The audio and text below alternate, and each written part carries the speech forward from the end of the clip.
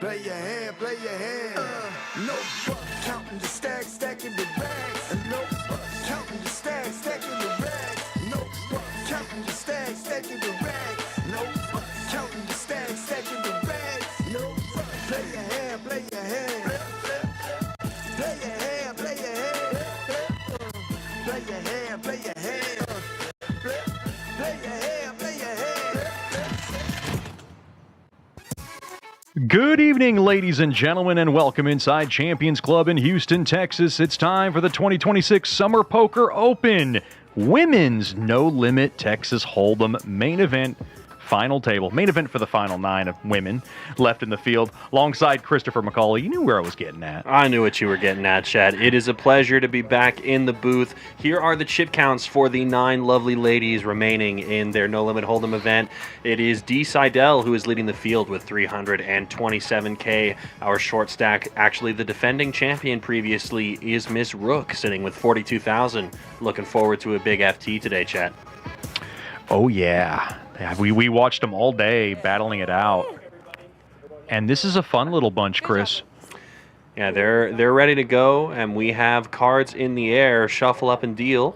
For our newer viewers to the stream, let's talk about those chip denominations real quick. Yellows are going to be your 1,000 chips, pinks are worth 5K, and the greens are going to be worth 25,000. That's what the ladies have in front of them, and let's get into the action.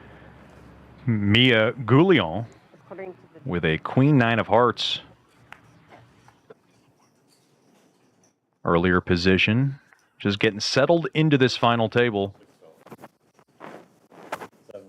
We'll call the $6,000 bet. Blinds at $3,000, $6,000 with a $6,000 big blind ante. Very nice structure here at these tournaments at Champions Club. If I'm not mistaken, in this tournament, they have 30-minute levels, so plenty of time to work with for these ladies.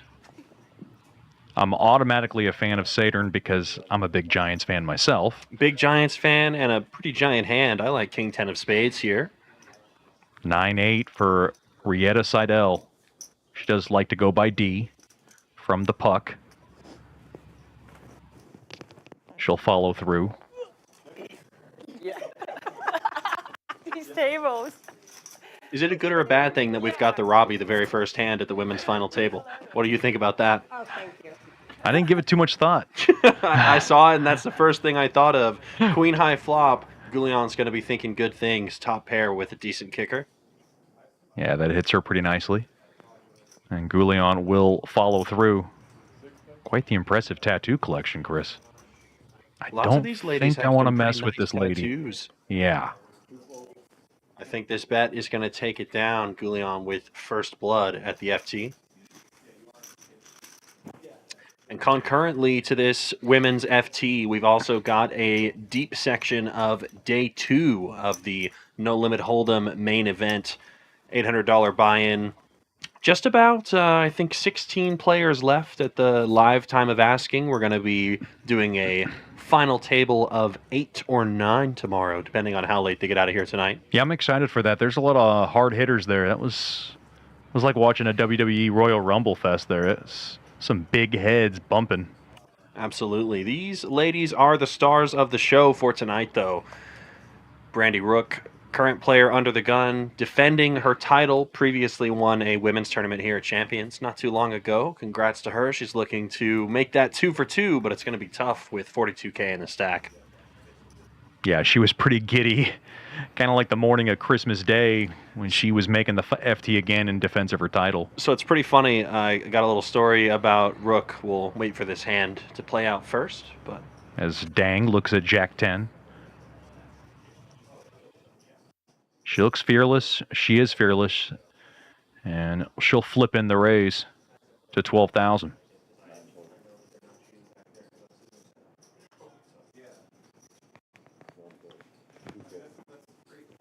Folds around to Vera. She'll throw deuce 4 into the trash. Ace 7 for Grissom.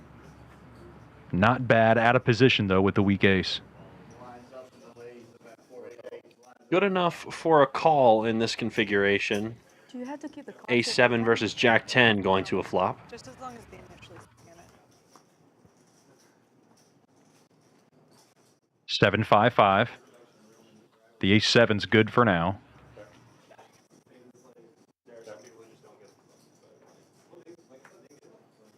4 now peels off on the turn. The Nothing pair of going on. 7s is good for Grissom. Yeah, nothing going on at all for Dang in this hand. Grissom will now take a stab on the turn.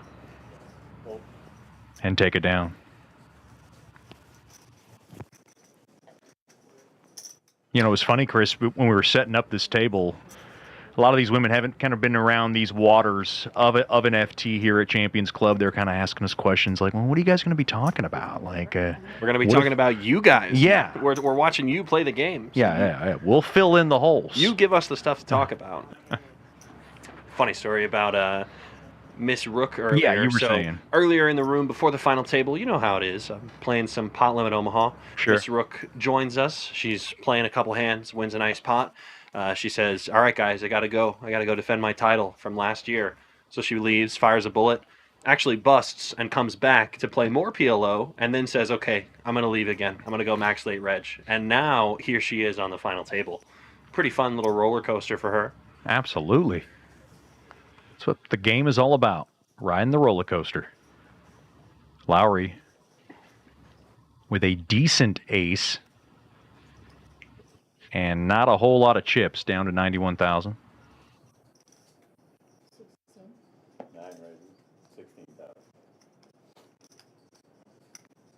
He'll make the raise to 16K.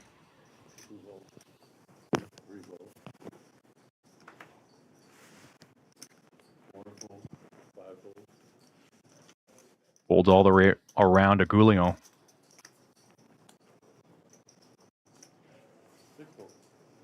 And it's a raise and take.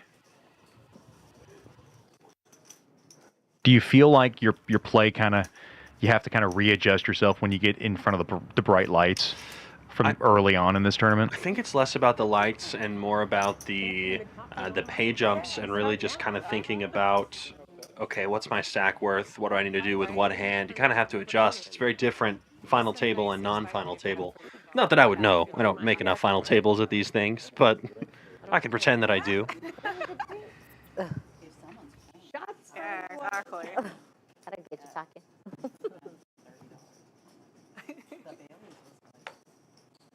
Yeah, I saw you sweating out the PLO. See one of our regulars, Chunder. He was scooping up what looked like, what, a $10,000, $11,000 pot? 13,000. Okay. 13K. All right. There's the big lady. Pretty casual. Tomatoes. How does aces hold up in a PLO? 5 ways? I couldn't tell you. I've never seen it happen before. I can't believe they ripped it once. I thought they were going to do twice. Dang. Looks down at Jack 10 offsuit under the gun. Looks like this is just good enough for her to put some chips in. She will limp. Your blinds did go up immediately. Now 4, 8, and 8. You might recognize D. Seidel. She finished 11th in the TPO main event. Yeah. Just missed the final table. D is really, really scary good at this game. I've played with her a couple of times before. She is no joke, and she's got all the chips on this final table for a reason. Goulion picks up a very nice-looking ace-jack, and I think this is going to be good enough for a raise of her own. No limping allowed. I thought I read something. Yeah, she will yank it up Distributed or something. Yeah, to 20,000 total. Progressive bounty, that's what they're doing. Okay. that's it. The brain rod hand, 6-7, will not get in. Makes the fold. You win both. Okay. And then, of course, the main event is on Saturday. Ace That's Jack gonna and be Jack a 10. big one. That's probably the biggest one we've had here for the ladies, period. And that's the one that Phil Helmuth is putting in 25. Limps it to limp fold. Not interested in playing a pot. And will take it down. It's Goulion. Now, I have to be sure to remind everybody, the lucky lady who comes out of this event will be able to get free entries into the Queens and Cards. Okay. All 4 events, they get free entries into those, including a $50 food credit. So it's like a whole weekend set up It's pretty nice value. for our Queens and Cards weekend. And you know who's going to be in the building. A couple of people that I'm Yeah. sure names that nobody's heard of before. Yeah, just the GOAT. Just Mr. Phil. Helmuth, by the way. Hellmuth, yeah. There are a few goatees named Phil. There are a couple of good Phils, but we're talking Helmuth here. All the poker players. You know, it's funny. A friend of mine was asking about the Phils, and of course, you think about Phil Hellmuth, Phil Ivey, right off the top of the bat. Where would you put Galfon? Like, is he even in the same horizon as those two? I believe so, but let's call the action here. It looks like we've got a nice looking hand here from Saturn. 2 black nines under the gun +1. This is certainly worthy of at least a raise. And that is one of Phil Hellmuth's favorite hands. He won some big events in the WSOP with a couple of nines. He actually calls it as his hand. Only Phil Hellmuth would take ownerships of hands, though. You know. I guess you don't have to be named Doyle Brunson. Nines puts in a pretty big raise, up to 22,000. Johnson, playable, King 10. Yeah, but it's been years because it was up at Choctaw. It's Quinn Johnson. There will be some good players. It'll be Very pretty day. Oh, it is. I love it up there. My boyfriend was playing. I didn't play, but I was just playing with my daughter. You know how they have like She doesn't like it. arcade. She throws in the bin. Raise and take him. You come and play this week. That's another thing that I think you're going to see pretty frequently at this final table that might be a little different than some of the others you have seen before. A lot of players are a little jam happy with a hand like nines off of that sort of stack, off of, 11, 12 big blinds. They'll just opt to rip it in, but it looks like Good. just the regular raise sizes being used here. Looking to play some pots post-flop, see how things develop before ramming all the chips in. I have to give a big shout out to my wife. Yeah. Sarah's watching, and it's past her bedtime. Right. So she's only got maybe another 10, 15 minutes before she officially dozes off. Okay. So thank you for tuning in. We hope you're enjoying the ladies.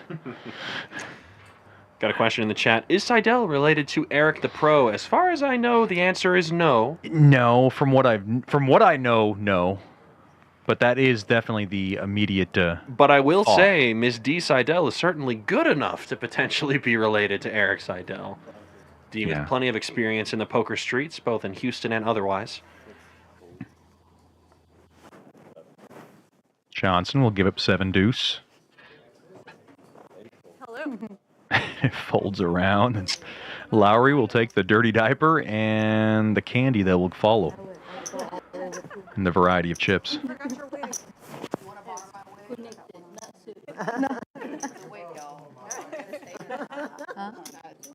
Just put a scarf around your face. You're all good. There you go.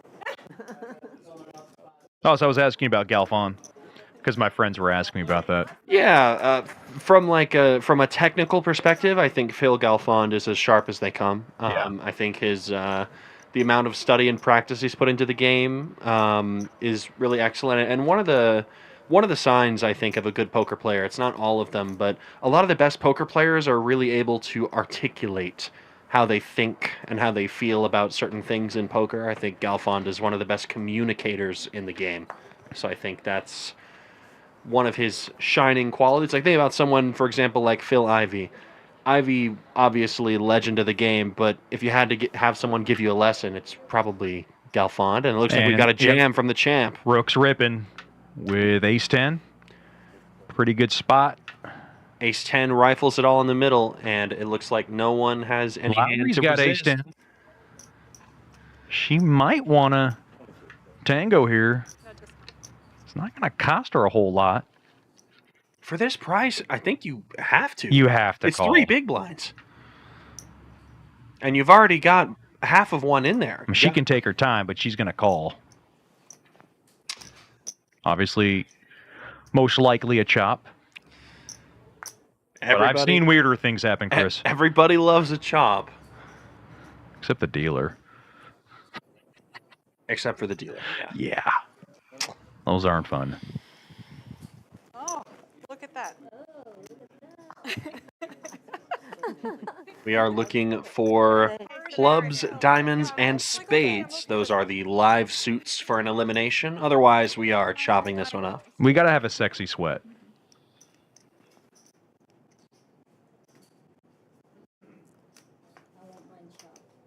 That too. Nothing sexy Nothing. about that flop. Multiple hearts. No chance. That is Ace closed.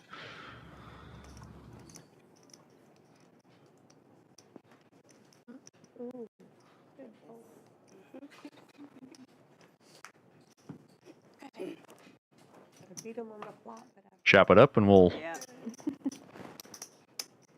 continue to That could. entertain y'all. To fight another hand.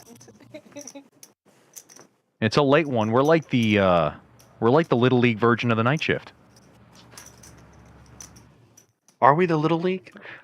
Isn't it? I mean, I would be Ali Najad. Okay, that's So, and that's then- a little much, I think. I would say I kind of look like him. I mean, I'm not trying to get into the that's fine. particulars. You, I wouldn't say look like Nick Schulman, I don't think so. We look pretty different. but I feel like you guys can talk about the game in the same kind of stratosphere. I'm gonna give you that compliment. Okay. I don't know if you play as good as Nick Schulman. Which Listen, I it's probably don't. I but think the biggest insult is calling us the Little League night shift. Actually, we're like the.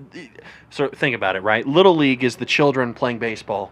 Major League is the official primetime sporting event. Surely we're like a tier 3 farm team. Or something at this point. We're not Little We're the League. tier 3 farm team with the night shift. We're like a tier 2. You know, we're not a Little League. Well, I That's- watched the Little League World Series earlier today. So that's I had that's that- fine. So but, that got in my head. but it's still Little League. Right. You're right. We're you know. I'm trying to pay respect to Ali and Nick. At least give me like college baseball, College sort baseball of version. World Series college baseball or something. I gotta feel like we've gotten there. Big slick for Dang. Johnson opened the action with Queen 10 suited from the hijack. Dang will be making it more, almost certainly. She just piles it all in there. For her last 160, that's 160. 20 bigs. I think that's totally fine. Standard. Willing to live and die by the sword with Ace King. Oh, playable hand for Saturn. Unplayable facing this action, though. Hand is never going to be good facing an open and a 20 big blind jam. She lets it go. Johnson does not like that she's been ripped on, and I think she's going to make the right fold. Yeah, she's just trying to save face here. Maybe like a few times out of 100, this hand is a flip, and that's about it. So Yeah, I she's never calling. would not recommend putting it in with this one. But I do like the Good double-edged sword. to ask for the countdown just to give her the thought. I love giving the other players the thought. Ironically, she's in one of the best case scenarios here up against an ace and a king, right? that's But true. it's still not a super desirable outcome. Only thing that would be better is if she was in a true flip against a little pocket pair or something like that. Equity would actually be more favorable for her hand. She's going to mull it over. So glad you can join us here for the final table of the SPO Women's No Limit Hold'em event. This whole series began on August 5th and will be commencing on the 17th. covered it. She covered it. That's awesome. Johnson gives it up. No, yeah, but they, Johnson's husband from nearby watching. He was keeping track of all her progress throughout the day, and of course he plays poker himself. Got a lot of people in the chat cheering for Miss Vera. That's our 3 seat. Everybody saying Team Valerie. Good luck, Valerie. Hopefully you put on a good show for your fans in the chat. I was Also got some let's goes for Lynn in the chat. Lynn is Lynn Dang, our 8 seat. Yeah, Lin Dang just looks like a killer. She looks like someone I would see on the final table Oh, of yeah. like the women's championship at the World Series of Poker. Yeah, the You know. Maria Hose. Oh, yeah. Oh, sorry. You would see her with the big boys. Caitlin Komeski, She who's- looks who like we're a- going to be seeing soon. She looks like a pro's pro. Yeah. I will say, spoilers, sneak preview. We are going to be talking. Did to, I tease it? I You- teased it a little bit. I'm gonna actually, I'm gonna drop yeah, it because I want people to know. I'm excited. If you guys know some of the most prominent ladies in poker, Caitlin Komeski did an exclusive interview with Chet and I recently. We are going to get that published for you guys so that you can see it on the All in Texas Poker podcast, co-hosted by Chet and myself. Go and check that out whenever we drop the interview with Miss Caitlin. That was a fun one. What color? Yeah, try not to be scared of the, like, 15-year-old pics that they have of me and you. It's okay. That our production director, Adrian, grabbed. You know, it's not the worst. I have better pictures in the archive, but Mine looks fabricated. Like mine looks fabricated too. It looks like they ran us through some kind of GPT or something. Just post my picture. It's okay. People know what I look like. Adrian is very talented and doing a fantastic job in the truck alongside Brennan and Conrad. No. I like our team. I do too. Working very hard behind the scenes. As Seidel takes it down.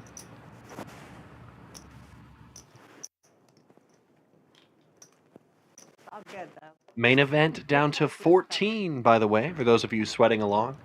See, now, you were watching these tables. You were really sweating it. Oh yeah, Yeah. I have money on a last longer. I was basically hinting that Yeah, you we'll had last some longer. stake here. I'll Okay. broadcast it to the world. I've got to Okay. last longer. We'll see if those folks can stay in the tournament long enough to keep me afloat. Otherwise, I'm gonna have to, shake hands with David Shaw and hand him a bill. So hopefully we don't have to do That's that. really going to suck. The Shaw doesn't need more. Shaw money. doesn't need it. He doesn't need it. I need it. Come on, David. Help a guy out.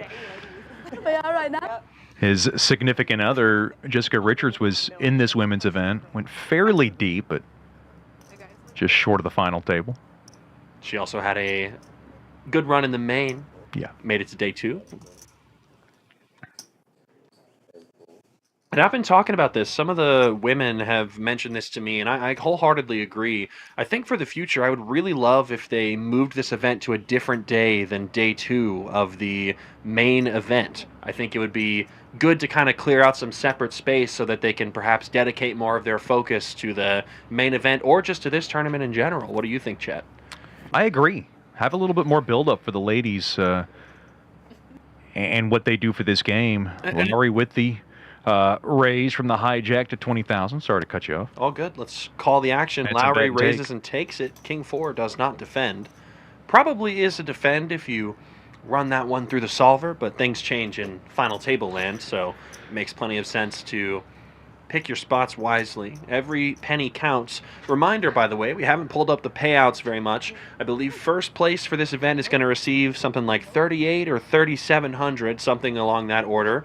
All ladies at the table have locked up at least $100. 7th through 9th place are going to get 100. Pay jumps are much steeper after that, with obviously first prize being just south of $4,000. I think it might be at the highest. But yeah, to kind of go off what we were talking about earlier, I think it's just a matter of like a respect thing, Obviously, these ladies contribute a bunch to the game, so it's I think it's nice if we can kind of make some separation for those events so this kind of has its own pedestal, but also doesn't clash with the regular run of the main event, like on day 2, for example. I concur. Oh, no, I'm always quiet anyway, so, yeah. Folds around a dang. Jack 7 of diamonds.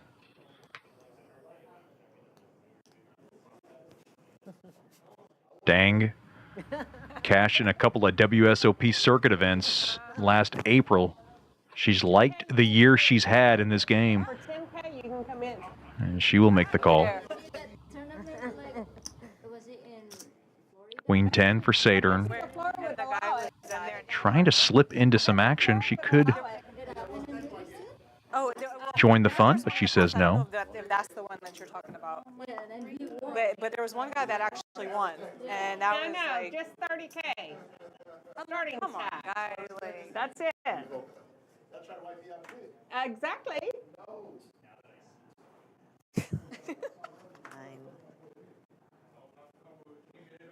go ahead. Rook will check her big blind option, the 5-4. It's dangling. We'll see a display of the next 3 cards. 9-3 ace. Jack high holding for now. Wheel draw opens up for Rook.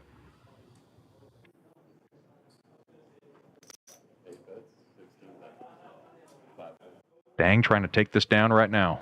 And she will. No fear on the ace high board. And most of these ladies, Chris, had to run to their car or their room to grab a jacket. It was it was nice and pleasant. You can say in the main room. When you walk into the live stream, it's like a butcher's. It's like a butcher's room. It's freezing. It's freezing. I mean, I'm wearing a hoodie. I mean, you see that jacket on Dang? She had to dig that out of the back of the trunk. That's probably necessary. That's at like this table. Yeah. That's like for the winter, ski slopes. Fashionable pullover jacket, I will say. Very nice. Certainly a bit more fashionable than an infamous pink feathered garb that everyone's been talking about over the last week or so. I was hoping you wouldn't get to this. What, you don't want to talk about it on there? I like Han Fang too much to talk about that display. Well, that's okay. We don't have to talk about its display. Let's talk about the gameplay. Dang has been fearless so far tonight, and she will continue to do so with King Jack offsuit. Yeah, she's getting some strong holdings. She'll spear across 16,000. Dang, trying to dictate the final table. So far, it's been working out. Seidel, suited ace. The worst card to go along with it, though. But all the same, it is suited. Will make the call in position as the chip leader.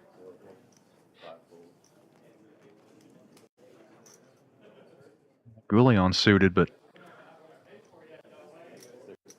out of whack from the big blind, and she's frustrated right now.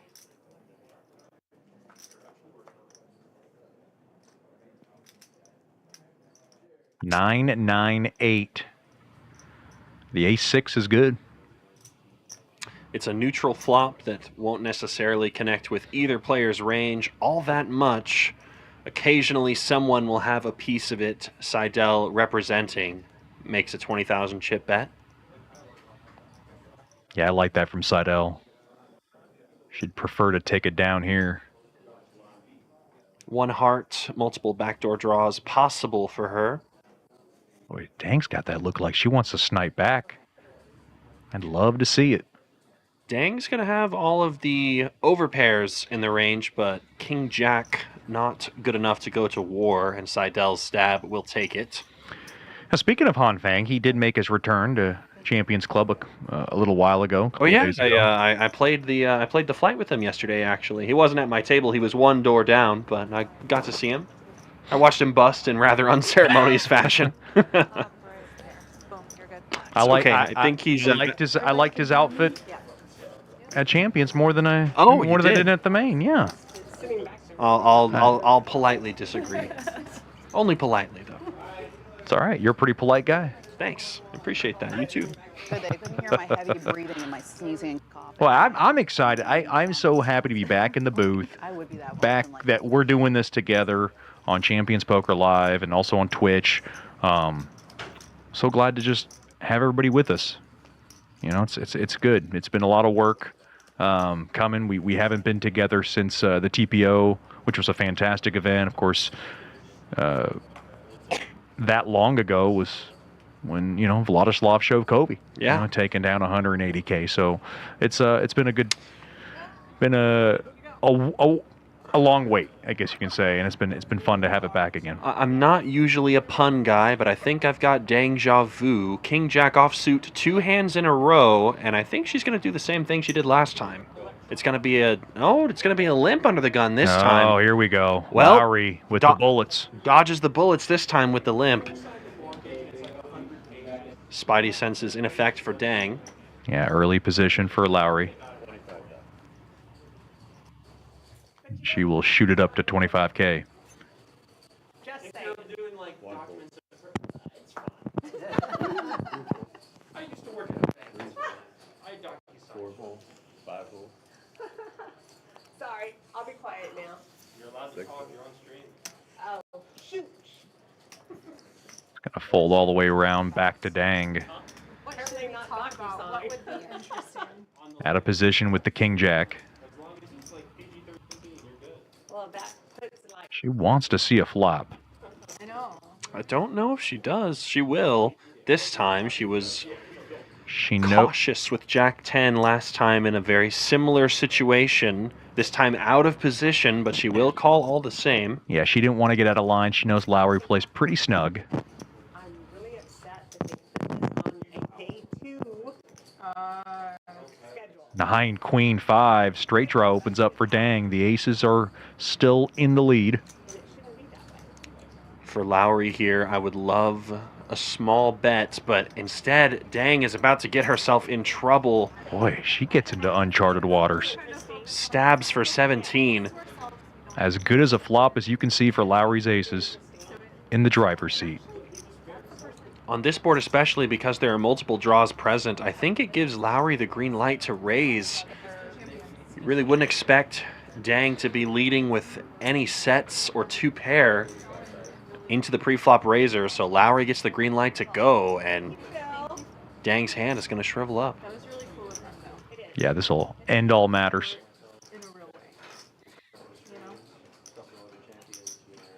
Talking about Philhelmia? Yeah. And he's doing a live stream, so there's going to be 2 live streams. There's going to be like a Houston live stream that's going to be on the Thursday, and then on the Friday, Phil's hosting a live stream. Is that when it's the The man-eater, yeah. So, but I think They're Boy, talking Dang taking her time here, but they are talking about the streams. Yeah, they're talking about the Queens and Cards stream, I'm pretty sure. Said Phil's going to be doing one of them. Is Dang thinking about calling here? She's seeing how much of her stack it would cost her, but it's going to be a fold. And the tricky way that Dang played the hand doesn't pay. Lowry's willing to show those aces. I'm not necessarily sure I would have done that, but that is okay. Friendly game out here. Not okay with me. You're in the FD. You're looking for blood, but Lowry, quite friendly. I mean, listen. She's played with these women before. I agree with you. I'm just saying that that's kind of the, you know. It was quite neighborly. That's what that was. I will say, you would have to be a very sick person to have a bluff raising there on that flop on the final table.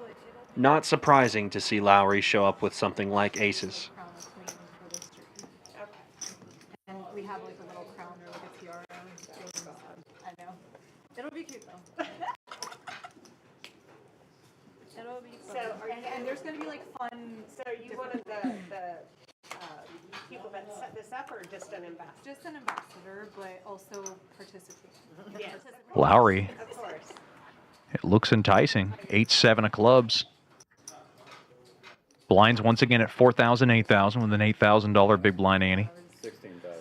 Lowry's had a very productive final table and is going to continue on that production action. Races. Yeah, min click action to 16,000.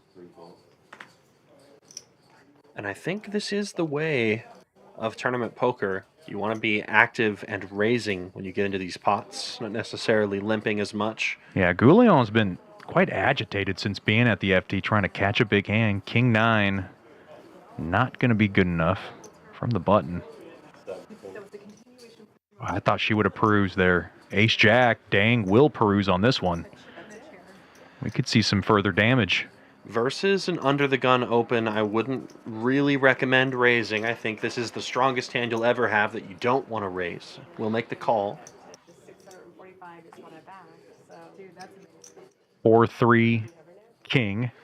The bad news for Dang is the king high flop is all over Lowry's opening range. So if Lowry puts in a bet, ace high quickly becomes indifferent, as the poker nerds would tell you.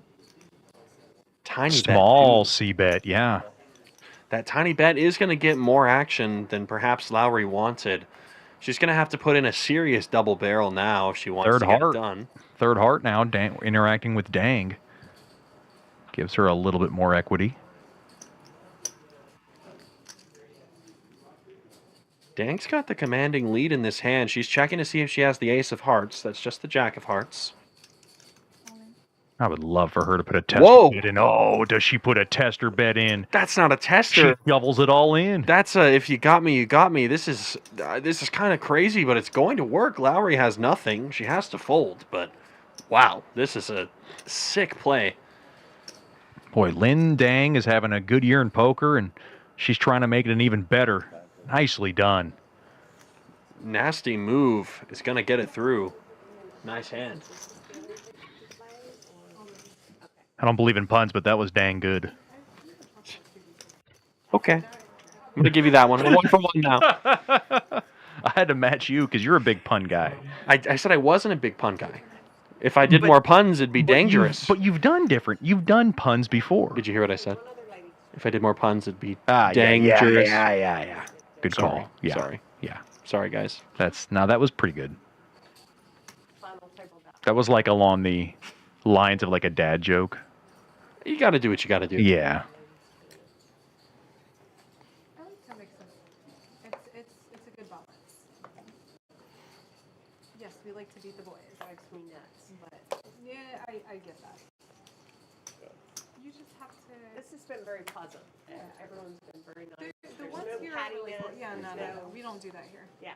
Queen and a jack for Vera. Says Let's no. go. Tight. According to people in the chat, that's anti-Vera. Looks like Rook's going to rip it. King 6. Yeah. Of diamonds, she's short. I mean, she's down to 14K. Less than 2 bigs. Good work. Maybe that's it. I think that's what it is. Like, hey, just act right, because you're going to see everyone again over that. Maybe that's it. Lowry will make the call. Thank you. And the defending champion is all in for her tournament life. It's a flip. I voted for that earlier. Rook with the 67% advantage. Same on the flop. Some potential backdoors for Lowry. Right. Now the ace on the turn. A duck or an 8 would do it, but a board pairing 3 will not. King high takes the pot. Double for Rook. Rook stays alive. No checkmate for Rook this time. Still in the fight. Saw the Big O tournament going on? Yeah. Are you a Big O kind of guy? Well, I had fun dealing it last night. I'll talk about it in a little bit. Here's our chip count. Seidel in the lead at 357,000. Then you have Dang in second place, playing pretty good poker at 184K. Goulion in third at 166K. The short stack still is Rook at 40,000. Blinds at 4, 8, and 8. You were asking me about Big O. I'm not a big player, but looking at the payouts, first place, 3,800. And second place, 2,200. Third place at 1,300. Then you have fourth place at 1,000. 800, 600, and then seventh through the ninth get 100 apiece. Not a big O player. I like dealing it if it's a PLO structured high-low. We do limit high-low at our home casino. It's like watching paint dry. It's really bad. It's really bad. Played by just annoying players. Right. But the one here is a 1-3 with a $10 straddle last night. Let's go. Yeah. Let's go. And then we had our poker room manager, who's leaving us, by the way, at the end of the week, Wayne, playing in it as well. We wish the best to Wayne. He'll be going to Florida. Getting out of the poker industry, he said. So wow. Spent over 20 years in it. He says he's done, he said. Good for him. Good for him. Goulion. Boy, deep thoughts with King Jack from the hijack. We'll jolt it up to 20K.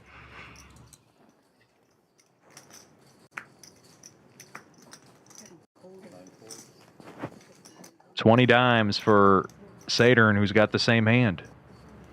It's a big blind hand. You'd think that this would be defended almost every time, even for this short of a stack. By the way, she's looking at her cards. Looks like I thought she was going to give it up.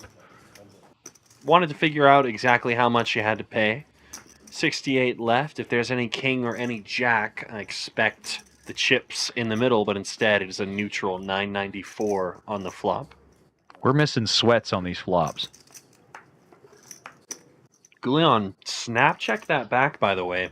Sometimes that can be a tell, seeing a player check a hand back that quickly, not even thinking about it. Goulion's going to quickly check the turn as well. It looks like a checking parade. And we're just going to get to showdown one way or the other. It's going to be a chop. I suspect even all the chips would not be enough to get Goulion off this hand now. Yeah, dry board. The bet. What's a dry wager of 15,000? The bet is 15. It looks like that is going to be at least called. Calls it, and it is going to be a chop. At least a smile out of Gouillon's face, who's been a bit agitated since arriving at the FT, just trying to get something going. Blinds now at 5, 10, and 10, Chris. Thank you so much to the 52 of you watching. Let us know in the chat who you're rooting for. Everyone should tell us that, except for JW Construction. I've seen about 40 different messages, all indicating Team Vera. So everybody besides you, tell me who you're rooting for, because I know who you're rooting for there. Hopefully we're not annoying you too much. And if we are, well, there are no replacements. Shout out to Jeffrey, who's hoping Vera sees the stream. We'll make sure she sees the stream. Don't worry, Jeffrey. Ace-9 for Vera. Looks like she wants to get to work. And she will chip it up to 25. $25,000 from the gun. Ace-4 for Johnson. Slides it in.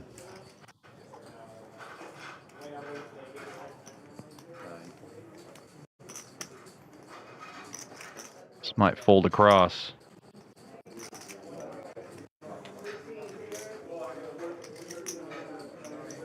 Seidel with a vulnerable queen. We'll throw him in. There's one for Vera. Looks like bad news from the floor of the main event. One of your favorites is out. No, in the main? In the main. My favorite? Did I announce a favorite? I think you did. Do you want me to tell you? Yeah. Jerry. We lost it. Oh, no! Congratulations to Joker Jerry, obviously. Deep run in our main event. Yeah, the High Wire Act at least went this far. Finishes in 13th position for payout. just south of $8,000. Nice run, Jerry. He would have been fun to have. Oh, yeah. He was part of my Dream 9. I was rooting for him to be on the FT, too. Yeah. Don't you worry. Do we still got the sharpshooters in there? We still got the sharpshooters. Okay. I mean, it's going to be a fun final table. Moving David Shaw. He's literally and figuratively, he is a mammoth at the table. Yeah, speaking of mammoths, good looking hand here for Johnson with King Queen. Does make the call. Dang with King 10. And looks like Lowry wants to spar away. She's got the fish hooks. And this limping strategy from early position really just gets you into some funky spots where you just call and then face a raise and aren't really sure what to do with your hand.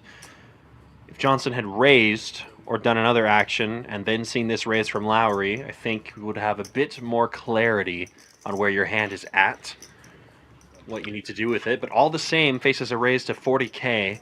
Yeah. And D. Seidel with an interesting decision with a suited ace. Yeah, she wants to play it. Max out of position, though, has to let go. And now Johnson, who originally limped, is going to have to make a decision for herself.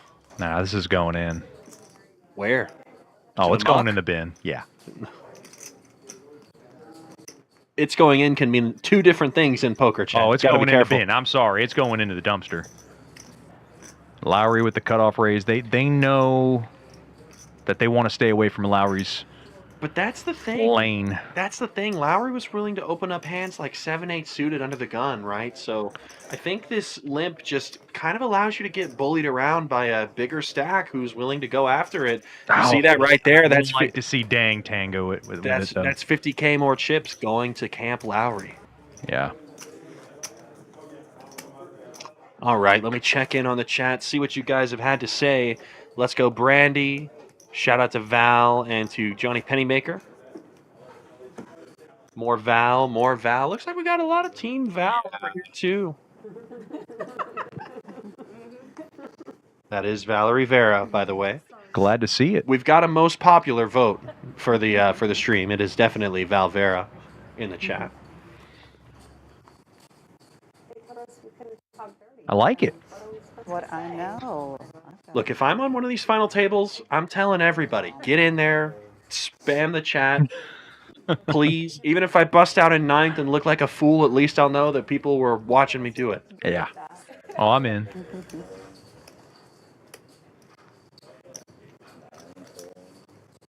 Lowry Holds around. Lowry loses the queen 7. 8-7 of clubs. Just not good enough off of this 91,000 chip stack. Ooh, frisky, but I love it. Yeah. D. Seidel is probably going to be opening any 2 on the button when it's folded to her. And Playable for Grissom. As you should whenever you're the big covering stack in these tournaments. You got to apply pressure. Oh, here comes Grissom with pressure. She piles it on, all in for her last 144,000. And listen, this is why you do this with a hand like 5-3. They'll tell you whenever you're behind. Obviously, you're always behind, but you know what I'm saying. You'll get the red alert whenever it's time to abort. This is one of those times. I will say this is a little bit of a wide jam, I think, from Grissom. The ace-10 it's close, but I can definitely see it, especially if you think D is going after it with a wide range of hands. In this case, she is. I like it. I like it. Grissom It's aggressive. made the good read. It was aggressive. It's aggressive. I like it. And she announced herself. Nicely done. Kind of reminded me of Han Fang at the It's true. main event FD. Fearless, fluffy and pink. What's not to love? My allergies were acting up just looking at that. He was like getting in the way. Like he like there was guys who had to like his neighbors at the table. He had his shirt open literally too. It's distracting. What was that? I mean, what are we at a model shoot? Like maybe. I mean, he's in great shape. He's a gym rat. He likes to work out daily. Eats very healthy. Yeah. But like, it looked like a bodybuilding display. Like, what are we doing here? I'm just happy because my prediction went farther than yours. Because I was watching for that. Ooh, we don't talk about that. Yeah, FBT went third. Of course, your prediction went 7th. Hey, let's not do all that. Also, I think my prediction went 6th. Didn't Hamoud get 6th? Oh, 6th. Okay. So you can't even get the stats right. What's the point of talking? though. What's the point of talking smack on air if you can't even get it? All in from Rook with her last 9s. Rook is going to have to put it in with this sort of hand. Seidel, no choice but to get in there with the ace.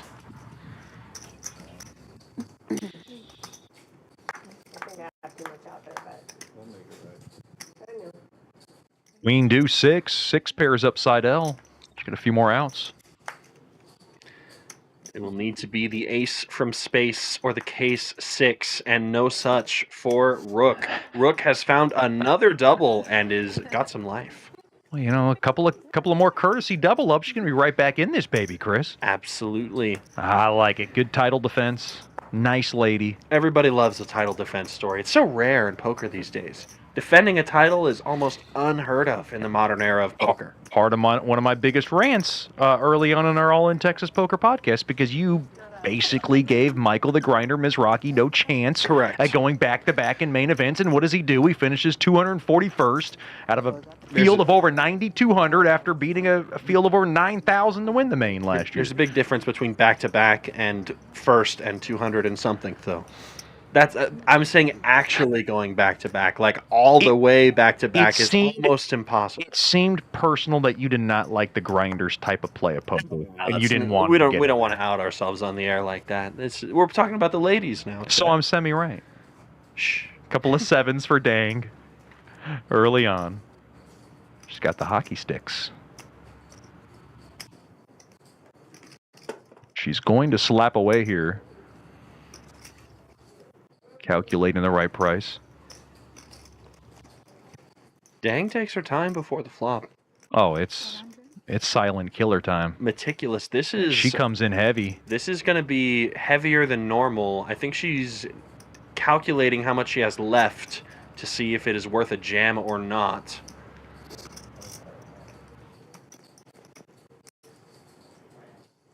This is a Large very serving 100,000. This is a very pro poker-esque move. It's the non-all-in, all-in, where you're putting most of your chips in the middle, saying, "Hey, if you want to dance, you're going to dance for every penny I've got." Yes, sir, Adrian. What's up? Ace Jack for Rook. She's built up her stack to 75K. She might want to tow it up, Chris.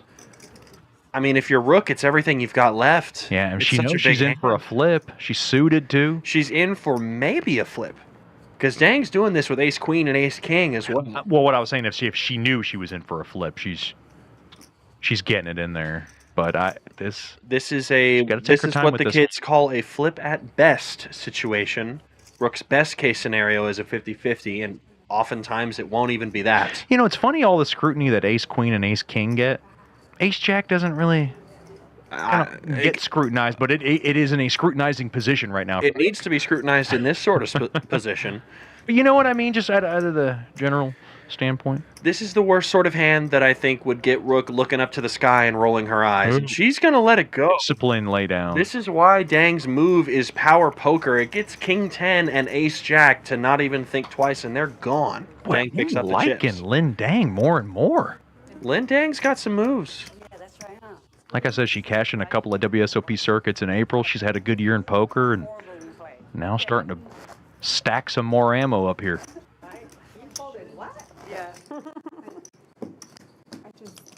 Chip leader still Seidel at 277K.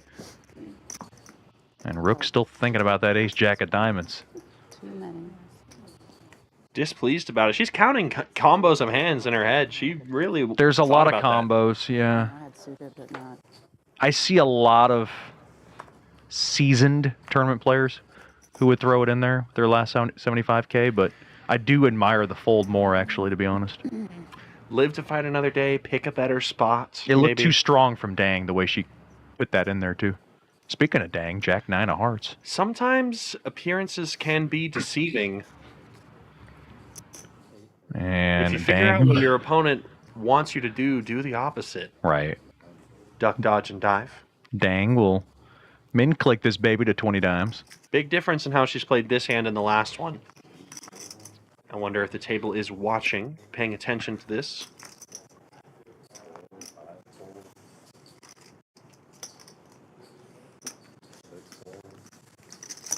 Johnson with a nice hand, ace 5 of diamonds. Flicks in the call, defends the big with the suited ace. Yep.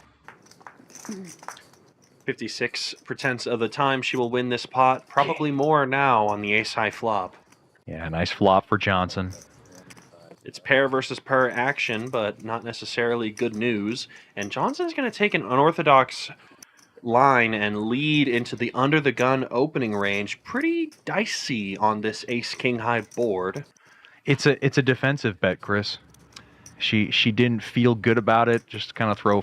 She didn't feel good about her kicker. Now I will say this is a spot where you're never getting away from ace 5 for this few amount of big blinds. This is where I'd like to see Dang put a little drill into the head. But if you're Johnson, you can't let it go, can you? No, it'd be gross, but she does Look get at out her. of the She way. gets away. I think Johnson might have kind of messed herself up there. This is a spot where Dang's going to hit that board super hard. If she checks, Dang is going to put money in there for her. But now she's missed the chance. It's not a crit. I didn't mind the play from Johnson. Actually, I disagree with you because I feel like she put a suspicious tiny bet that made Dang go, okay, I'm just not going to mess with this. It basically shook her off of any interest into the pot. Well, I'll agree to disagree because poker is an art. There are different ways to accomplish the same thing, and ultimately she got to the right place, which is winning the pot. One thing I do know is you're a much better player than I am. Debatable. We only played once in like a $10 buy-in? Up for fierce debate, yeah. We have to set up a game. We can play this week and probably invite our production director Adrian. Sure, sounds good. Yeah. Graphics guy Brandon, who plays a good solid brand of poker. Rook let go of the ace jack earlier. Ace queen parking lot hand will not be let go of. It's all in. Powers it all in. Easy decision. Easy decisions for everyone involved. It looks like everyone lets it go.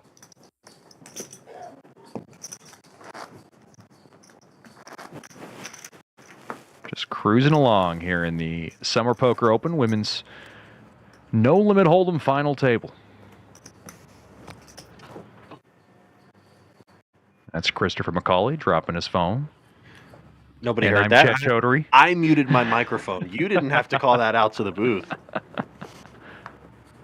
If I could hear it in my earphones, it's heard across the world. JW saying Val is on YouTube Live before GTA 6. I mean, that is true.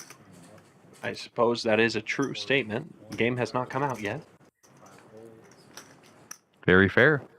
Queen 10 suited for Grissom. We'll sizzle it up to 20K. Dead man's hand for Goulion.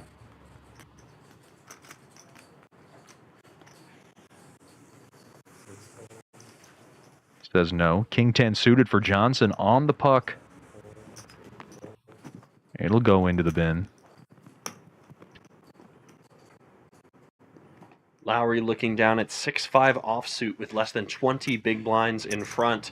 And Lowry's going to defend this. Don't mess around with Lady Lowry. She knows how to defend her big blind correctly, might I remind you. But Ooh, flopping. What was that, third nut flush? That's going to be bad news for Lowry. She's dead on the flop. At least she knows how to get away from this. I usually joke when I play poker and ask the dealer to flop me dead, but this is truly that situation in spades. And the thing is, Grissom has to bet. Oh, did Lowry call? Of course, she's got the 5-high flush draw and backdoor straight draw. Why wouldn't you call in this spot? It's a great turn card for her, open-ended straight draw, and Grissom's dreams might become Lowry's nightmare. That is a loose call from Lowry as she checks. Probably thinking that Grissom is overstabbing on the flop, which, to be fair, I think that is true. And for Grissom, she's got to pile it on. I mean, she has the queen-high flush. But all of it? Really? Yeah, she's got to get away from the ace and the king. Just like that? I agree with the move. I'm almost there. Okay, we'll see how Lowry responds. I'm not saying I would do that. I'm just saying I agree with the move. I'm not criticizing the play either. I'm just asking you. I really do like it with 3 spades and you have the queen. Because if you get a 4th spade, then you're in a blender. We're going to call that equity denial, and we're going to call it a 1 pot because Grissom gets it, and that's a lot of chips taken out of Lowry's stack. Because if a 4th spade comes, you're in the blender. You're looking at a king or an ace, and you're going to be in a blender spot. I like it from Grissom. So far, I've liked Grissom play. Calm down. She kind of looks like everybody's favorite auntie.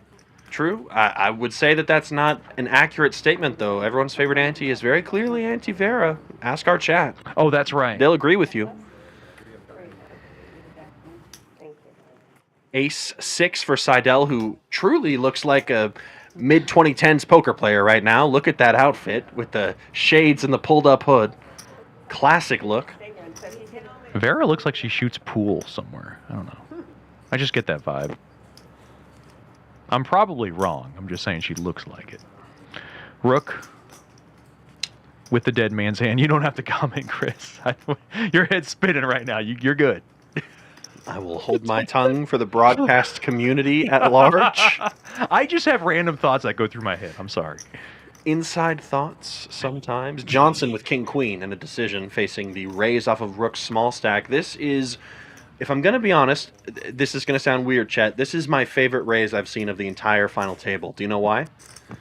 So off of a 10 big blind stack, you're supposed to raise an extremely polar range, which includes rubbish hands like ace-8 offsuit, and then the nuts like aces and kings and queens. So this is a fantastic raise from Rook.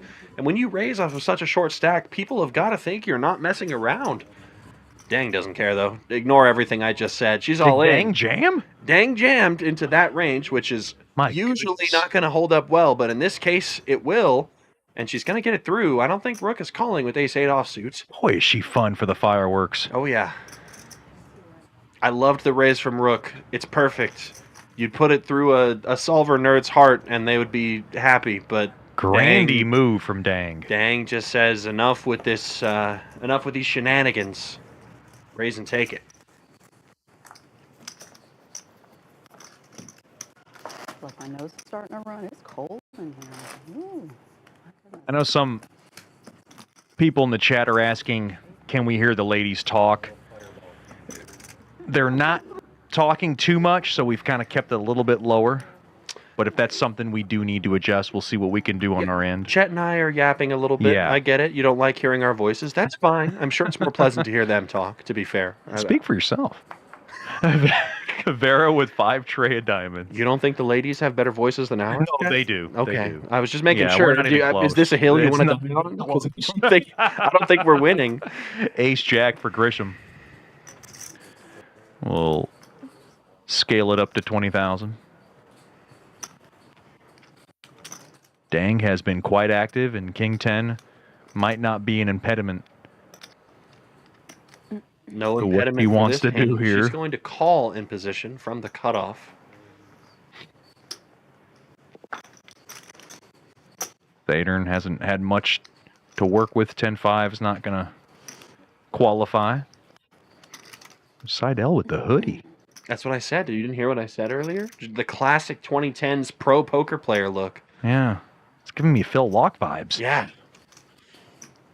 She pulls it off, though. She looks She intimidating. does. That's spooky. It's spooky. Got the Green Goblin shades on as well. Yeah, like, Lynn Dang's no longer the most intimidating looking person at the table now. timeless WSOP hoodie. It also is cold in the room. Yeah, it's freezing. Jack, ace, 10. 10. Oh, goodness. That's a big Big flop. Top 2 for Grisham. And I'll tell you, it's not just a big flop for Grissom, it's a big flop for Dang. We've got the backdoor nut flush draw and a gut shot straight draw to Broadway. Yeah, she's not going anywhere. I'm thinking this is at least a call, but if we know anything about Dang, she's been dang aggressive. I wonder if she's going to rifle it in. She's jumping into the gladiator ring right now.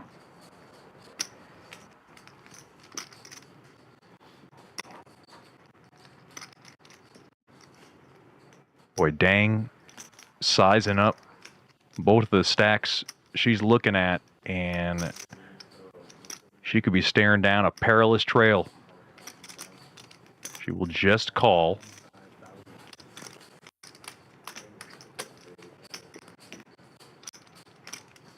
Seidel looks very uninterested in her Broadway gutter draw. Dang does continue with the call. Will we get a spicy turn card? The 4 of spades. No not spice. Not so much spice in this one. Dang, no longer with the backdoor draw, only the Broadway draw. Grissom's hand is good enough to continue. Dang probably isn't slow playing a hand like King Queen unless it's exactly King Queen of Hearts. Oh, I don't like that check from Grisham. It's an interesting check given that there's 2 flush draws on board. The board's too wet, and like you said, double flush draw.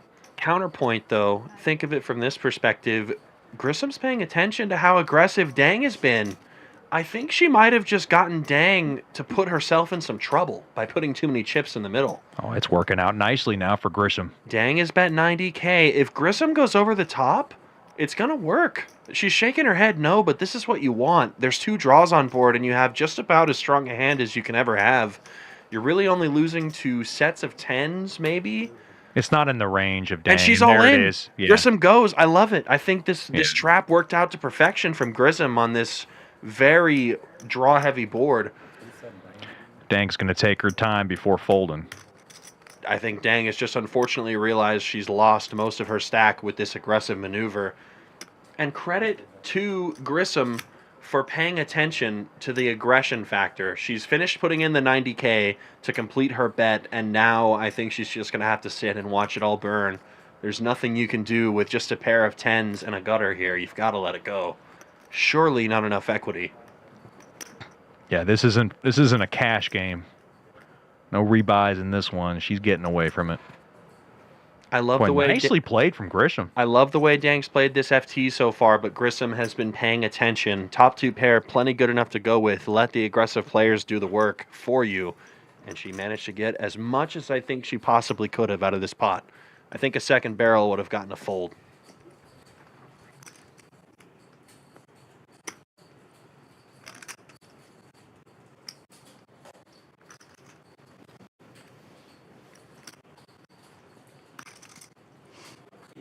We Dang taking her time.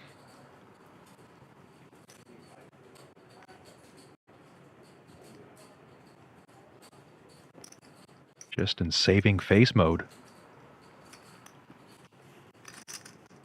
I think for Dang, maybe you can try doing the math, but you don't have the equity. You just don't, and there's no reason to try and get it all in now when you know surely you're crushed. It's time to let it go. And sad way for Dang stack to diminish. I was really impressed with their play so far, and I think I like the idea there too.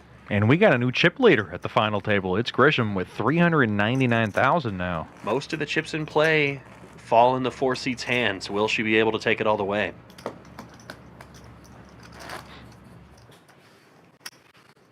I'm gonna cry in the parking lot now, too.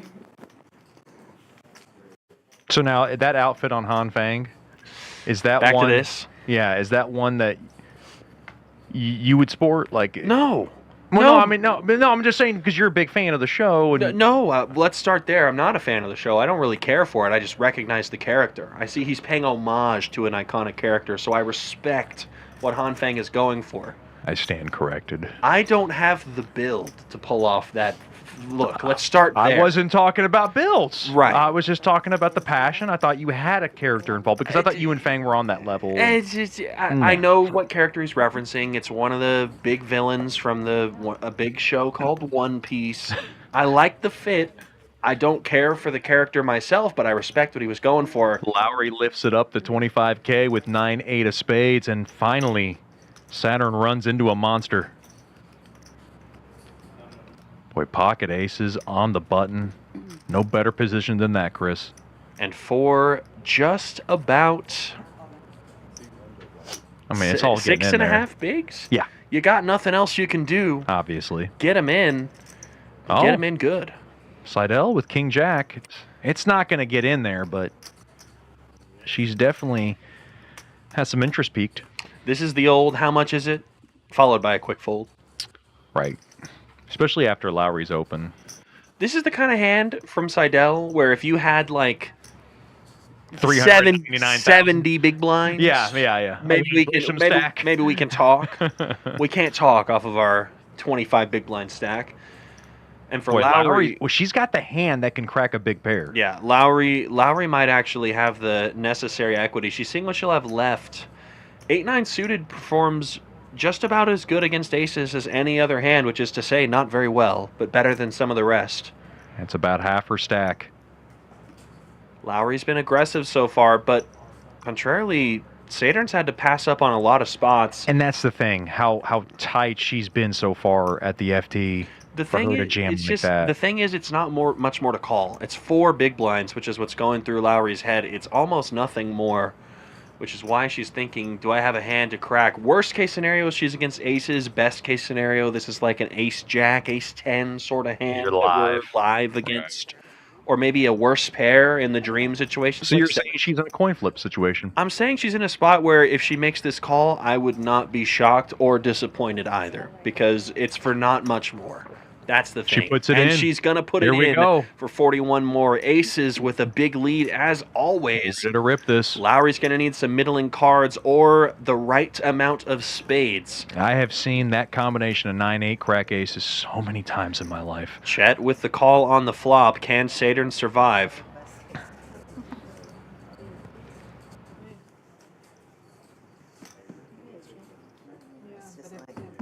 And she's got a spade too. Do we at least have a sweat? Oh, we do have a sweat. Nah, no sweat. We had a sweat in the window. Why did you say that? We had a sweat in the window. Oh, come on. The curse to end all curses. Trip 8 There against there aces full. There is no case 8 coming. Aces full. So they were trying. Double. So I jinxed it. You jinxed I it. jinxed Lowry. You jinxed I'll it take the real- heat. I'm sorry, but I do like my fellow Giants fan collecting some chips. That's the bias in me. So maybe I kind of reverse jinxed, you know. Well, let's take a look at the updated chip counts. Grissom gets the big bet through with 400K in her stack now, is our new chip leader. D. Seidel closely behind, 242. Our short stack is now Dang after losing that big pot. Lowry also down to 71K as well. Rook has managed to climb up from the bottom and is now in 6th position. Worth noting, Rook was at 1 point less than 2 bigs. Yeah. So just remember that. I mean, that's close to chipping a chair. Exactly. So So we continue along. The payouts, of course, top prize, $3,800. Second place at $2,200. $1,300 for third. And 7th through 9th will get $100 apiece. This is a $200 buy-in, so you'll get half your buy-in back. Not bad. Not bad at all. I'll take a tournament just for $100. Main A day of fun. Main event, they're down to 10, getting close to the official final 8. You still got hard hitters left in Plenty. the field? Okay. Final table's going to be star-studded no matter what. Yeah, you're sweating what, Shaw against stats? Stats against AC, actually. It's a couple of good ones. Really good ones. A couple of good ones. David asked for a friendly 100. I said, all right, give me AC. And he said, all right, give me did stats. Shaw present this to you? He did. Okay. I came by to sweat the FT. And he got a little annoyed. He said, he didn't get annoyed. He smiled at me. He said, who's your pony? I said, I'm kidding. it's AC, of course. And he said, okay, I got stats. Friendly 100. And I right. said, yes, sir.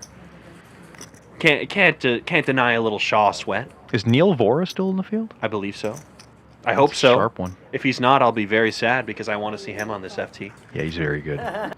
So is his dad. That's like a family of poker. The Success. family of monsters over there. Don't want to face either of those guys on a tournament table for different reasons, but scary all the same.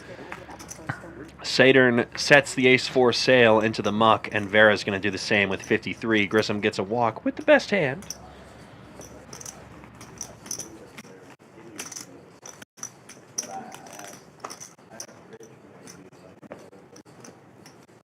$63 of you guys watching live. Make that 66 as the YouTube counter refreshes. Thank you. Back to the stream. Welcome back to Champions Poker Live. We have an action-packed week of live streams coming to you today. Let me preview the lineup for those of you guys who are in here. Women's No Limit Hold'em final table today. Tomorrow, final 8 or 9 of the main event, depending on how late we end tonight. We'll take a one-day break on Tuesday and then come back for a 5-5-10 bounty board cash game. I helped organize that lineup. That's going to be super fun. And then on Thursday, day 2 of our Pot Limit Omaha main event. So plenty of tournament and cash game live streams coming to you at the Summer Poker Open on this, might I say, gorgeous ocean blue felt. Whoever made that or brought that here, 10 out of 10. This is some of the best felt I've ever seen out here. I heard our production director, Adrian, was somehow part of this design, so kudos to him. And now, here's the all-in from Dang with Jack 10, down to her last 64K. Couple of 4s for Saturn. Dang's not scared to get it in. We've seen this already. She's not afraid of the rips. Jack 10, Rip City. 4s, probably not, but see if any better hands emerge from the weeds. Vera. Oh! Pocket aces. Ace for Lady Vera. Again? Everybody's favorite in the chat just got the best hand in Hold'em. Yeah, Let's I could hear see their if she can hold. I could hear the fan club going, oh! Oh, is this again? Again. Yeah. Dang in trouble. No, they missed. And for Vera, this is for most of her chips. I did. And Lin Dang, one of the more accomplished players on this FT, get lucky, and no, she is not. It's not a sweat. Ace high flop. What's she going to need? Runner, gutter? No, She's not now. dead on the turn. Nothing left for her, and that's all she wrote. An impressive showing from Dang, but it will be 9th place, unfortunately. And she will take home $100 for her efforts. So Vera chips up, and That's why you need Dang not slow ships players. out. Dang came into this final table with an aggressive style and no fear in her heart, but is not rewarded for her good gameplay, unfortunately. And that will do it for Lindang out in 9th place. Takes home that 100, which is more than it would have been otherwise. These ladies decided to do a small little chop and give everybody a piece of the action on the FT just so they had something And to walk with away that, with. and with that pod, Vera climbs up now to 3rd in chips with 180K. So she is within striking distance of the top. Lines at 6, 12, and 12. As we continue on now down to her final 8 in this women's 10K guaranteed no limit event. Oh yeah, but it didn't. One of them didn't hit. Remember the other one? It didn't. I did another one without you. Yeah. Yeah, with her. I'm shuddering. And what was it, like 10? Yeah. Yeah, it was She aces got me versus with tens, and the 10 came on Yeah. the turn. That was That before was the so gnarly. Lowry, Yeah. strong. So gnarly. Couple of cards, ace jack. Lowry hasn't been afraid so far, and now she's got even less blinds, less than short. 7.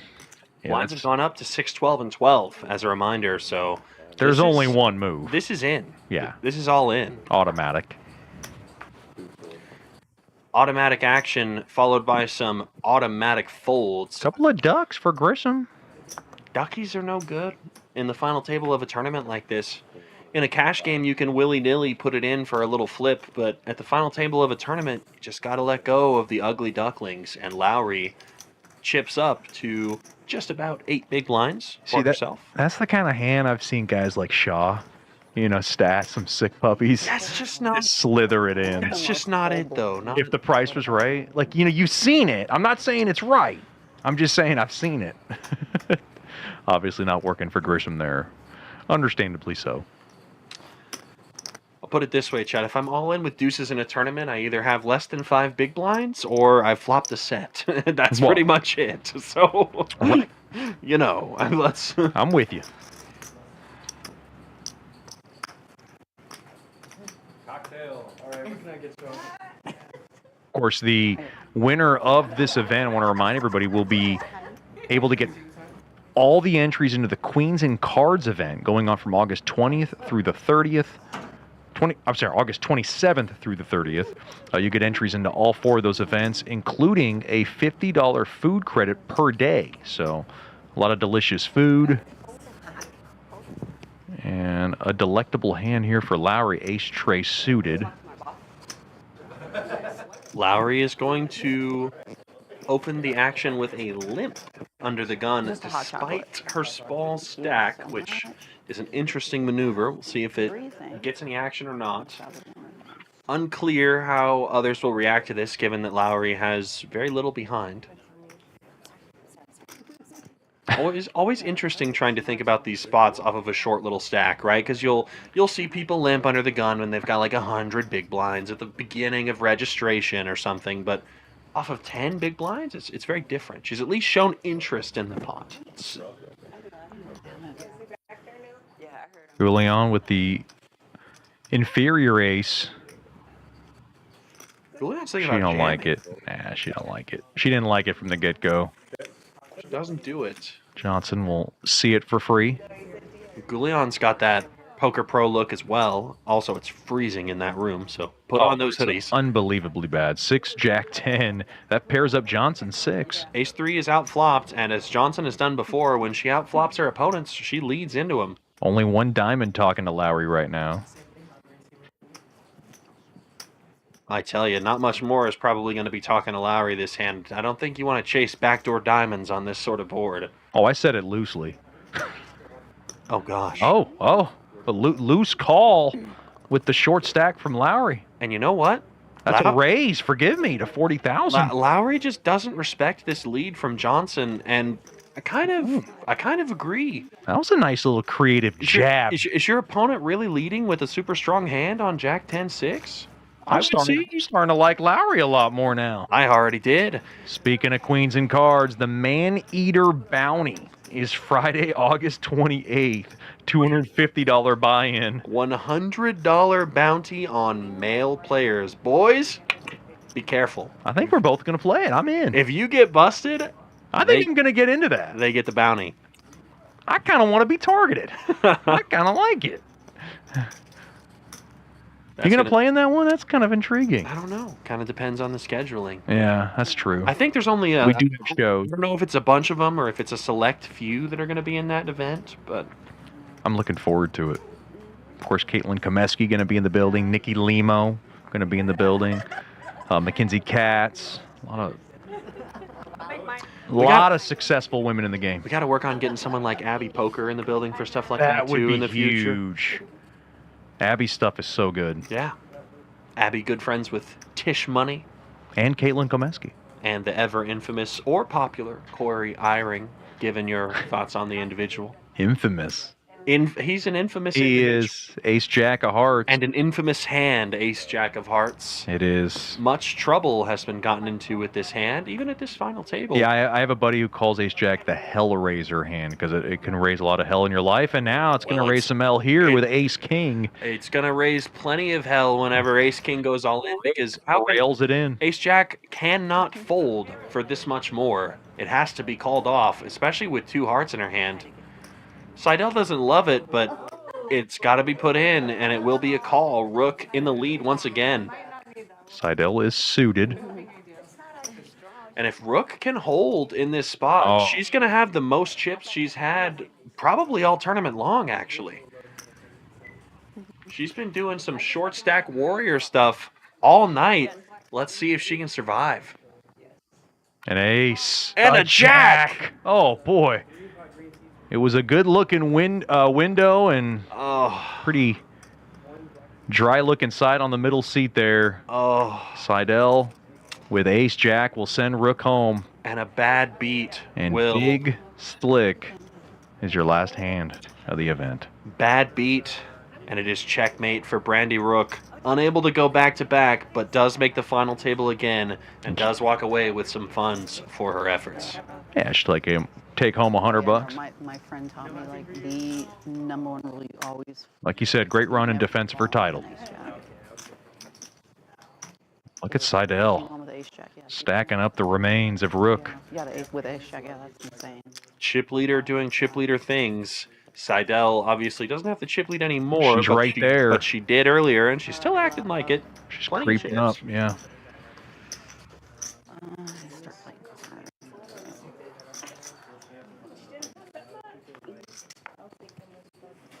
Okay, Camus? That one's only 30 per glass. It's only 30 per glass.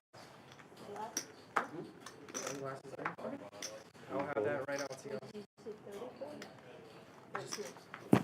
The Camus cap is 30 for the glass.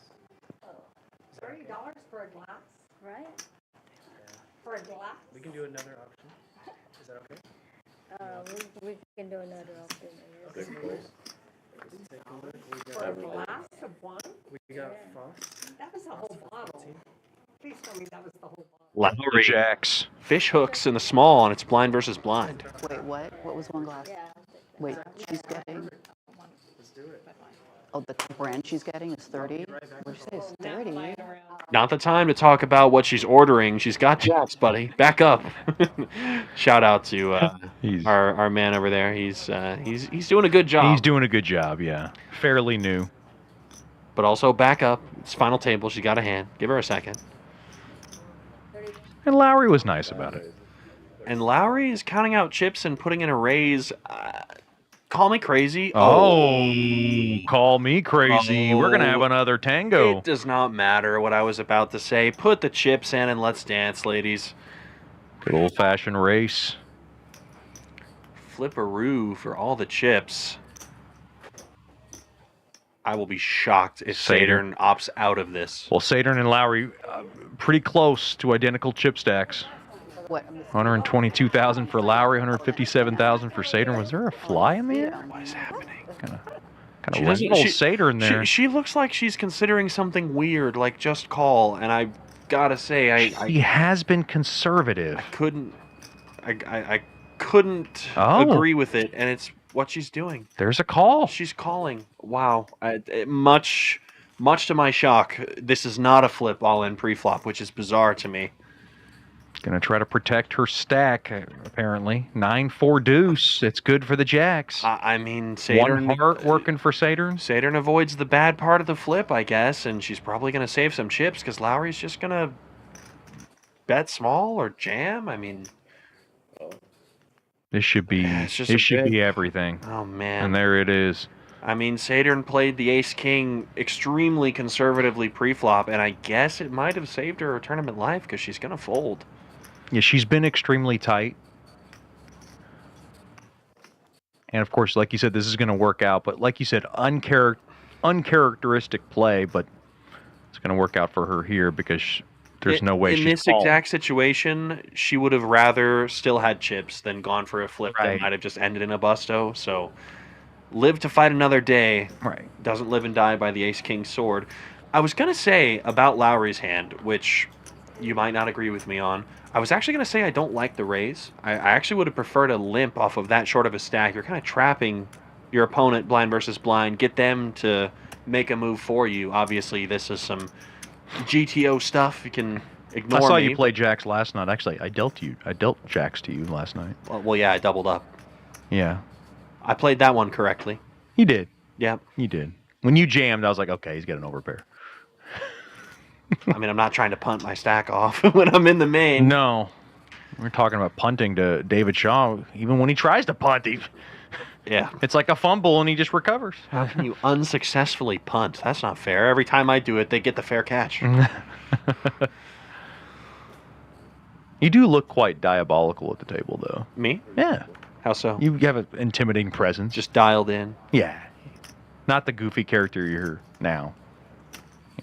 We got to let loose in the booth a little For bit. sure. Ace-4 suited. Got to let loose here if you're Gulio. 10 big blinds and a dream. Dreams begin by winning pots. I would suggest a raise. Like she heard you. If you're going to talk about me dropping my microphone, I could hear the crackling of whatever's in that bag over there on my microphone too. So make sure to mute if you're going to do that. Look, you called me out over the air. We're gonna go blow for blow here. Fair. Give and you get. Oh, Dan Fouts special. 7-4 suited. Oh, Lowry just limped. Well, looks like Dan's hand is going to be given a chance unless Saturn decides to spike the nines into the mid. No, surely not. Another limp with nines in the small? Surely you're jamming this here, Chet. I mean, I would, but she's just getting ultra conservative now. I mean, She's trying to move up the pay ladder, and that's okay. Let me preface this by saying there is no pay ladder right now, other than from it's $100 jump and then a big jump. So I guess That's what I can I'm see saying. it, but Nut flush draw for Goulion. and top pair for Seidel. Seidel's got to feel okay about her hand, given the fact that everybody has done some strange limping in here. Top pair feels good, and Oh, Saturn's going to bet. Saturn's going to Look at donk this. into She's gonna announce multiple herself. players. I mean, Goulion's got the nut flush draw. You can't fold that, can you? The problem for Seidel is she knows how snug Saturn's been. I mean, it's a tough spot for a 10 and a deuce. Only Doyle knows how to play that. Salute to Doyle, but I'm probably... Oh, she's never calling. mind. 20K call, and Goulion with a nut flush draw and a decision. She might just call as well. This has been one of those kind of hands where they're not really excited to blast it in, and I suppose I can understand from the perspective that the player who gets 7th is going to get $100, and the player who gets 6th is going to get significantly more than that. They're going to get 600. So That's there what I'm is a saying. big pay jump. $500 is significant in this It's event. fair, yeah. And so the only hand that gets out of there is the Dan Fouts special. Salute to 7-4, but it's in the bin. It's advanced play, according to Dan. 7-4 gets there on the turn. Open-ended straight draw now for Saturn. Yeah, more equity for Saturn. Will Saturn spike it all in now? She's had an opportunity to do it on every street.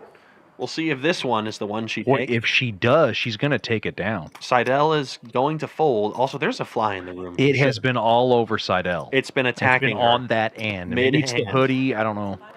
She's just attracting it. Maybe it's the green light in her eyes, you know, like the reflection of the green glasses. Check from Saturn. I think everybody wants to see a free card here. I think Seidel's going to check as well. Never mind. She's got showdown value and no draw and the worst top pair you can possibly have, but And she thinks it's she's good. going to slip in a And nice little wager. Credit to Miss D. Seidel. She's right. Her hand is best here, and she is going to go for a nice value bet of 50,000. And for Goulion, you've committed so much of your stack chasing waterfalls and flush draws. Do you take one more card, or do you give it another shot another day? She's not giving up her nut flush draw. She doesn't like it, but She goes Man. away. I understand. It's more than half of her stack remaining. Well, if she's going away, then Saturn's gone too. Saturn's getting a bad price, and she's been bet into again after leading the flop into multiple players. It's over, I think, even though Saturn turned equity. Hitting a 9 might be no good for her as well, maybe she's thinking. Completes. This is like bad dinner theater. She's not calling. Oh, wait a minute. Chet, why would you... Don't speak too soon. I stand corrected. She's counting out her remaining stack. That's what she's doing. Let's start there. If she's doing that, she's considering a call, at least. I don't think she's calling. I think this is just... I don't want to say wasting time, because I know she's thinking about this. But I don't think there's anything... what did I tell you? Thank you. Thank you. Mic drop. Don't drop the mic after that hand. There's nothing to drop. The only thing we should be talking about is Rita Seidel picking up 76K. Nicely done from Seidel. And she's back in the chip lead, by the way. Only by 4K, but a chip lead's a chip lead, and she's got it again. Not worth it. The flush. I know a fellow Giants fan. A lot. They don't. I know a couple of fellow Giants fans, of course. I would hope we both know some Giants fans. There's a lot of them out there. You know what I meant by that. Yeah, I do. Yeah. Bonkers. I like it. Okay, good fold. Right. Emptied out with the pair. That was what I was worried about, if y'all had the heart draw. The pair. Yeah, I had top pair. I figured I was good at the moment. It's like, why not go ahead and say, since you're all going to see it. Back to Goulion, who has lived to fight another day, folds the 6-4. Folds all the way around. Saturn. Motley 6-5. Seidel with King Kong. Chip leader. From big the hand. small. She's going to elect to go for the raise. No trap. Just a small spice it up. That's what you should do. Either small raise or a call is preferred. You want your opponent in the big blind to call with a pretty wide range when you're crushing everything they have with 2 kings. Yeah, Vera doesn't like her range right now. She just gets out of the way. That's a hand that you think you got to defend off of the stack, but it's the right fold, and Seidel shows the kings. Boy, it's been a friendly final table. Blind versus blind, I like showing hands. I think it's funny, because blind versus blind, you're supposed to have everything. Do we honestly think we're going to see hands shown in tomorrow's main event? Absolutely not. I mean, that's... The only way we're going to see a hand shown is if it's all in and a call. That's it. No other circumstance. That's it. No other circumstance. That or, sometimes, how do I describe this? Sometimes you want to send a message. No. Like, how do I describe this? Like, think about you've seen it on all major FTs where, like, someone takes down a big to medium pot and it's like an older gentleman and he, like, flashes the ace of spades because there was an ace on the flop. That sort of one-card flasher. You'll see that. I think we'll see that. Like that where they hold it under. Yeah, like they hold it under and they flip the bottom card. I think we'll see one of those, maybe. It's like they're displaying a baseball card or But something. other than that, nothing else. No. No voluntarily. Excited for tomorrow's main event. Oh yeah, really am. Tomorrow's main is going to be sick. The field is not set yet, but it will be soon. There are 10 players left. They are all on a break.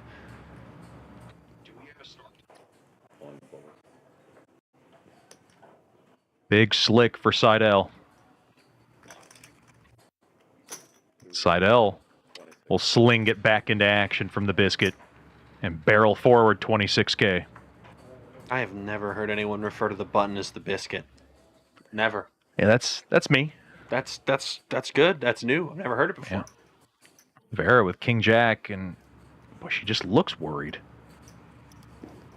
From the small, she wants to the call. Jump in there. Grissom's got ace-8. She's going to defend this as well. Oh yeah, suited all day. We got 3-way action.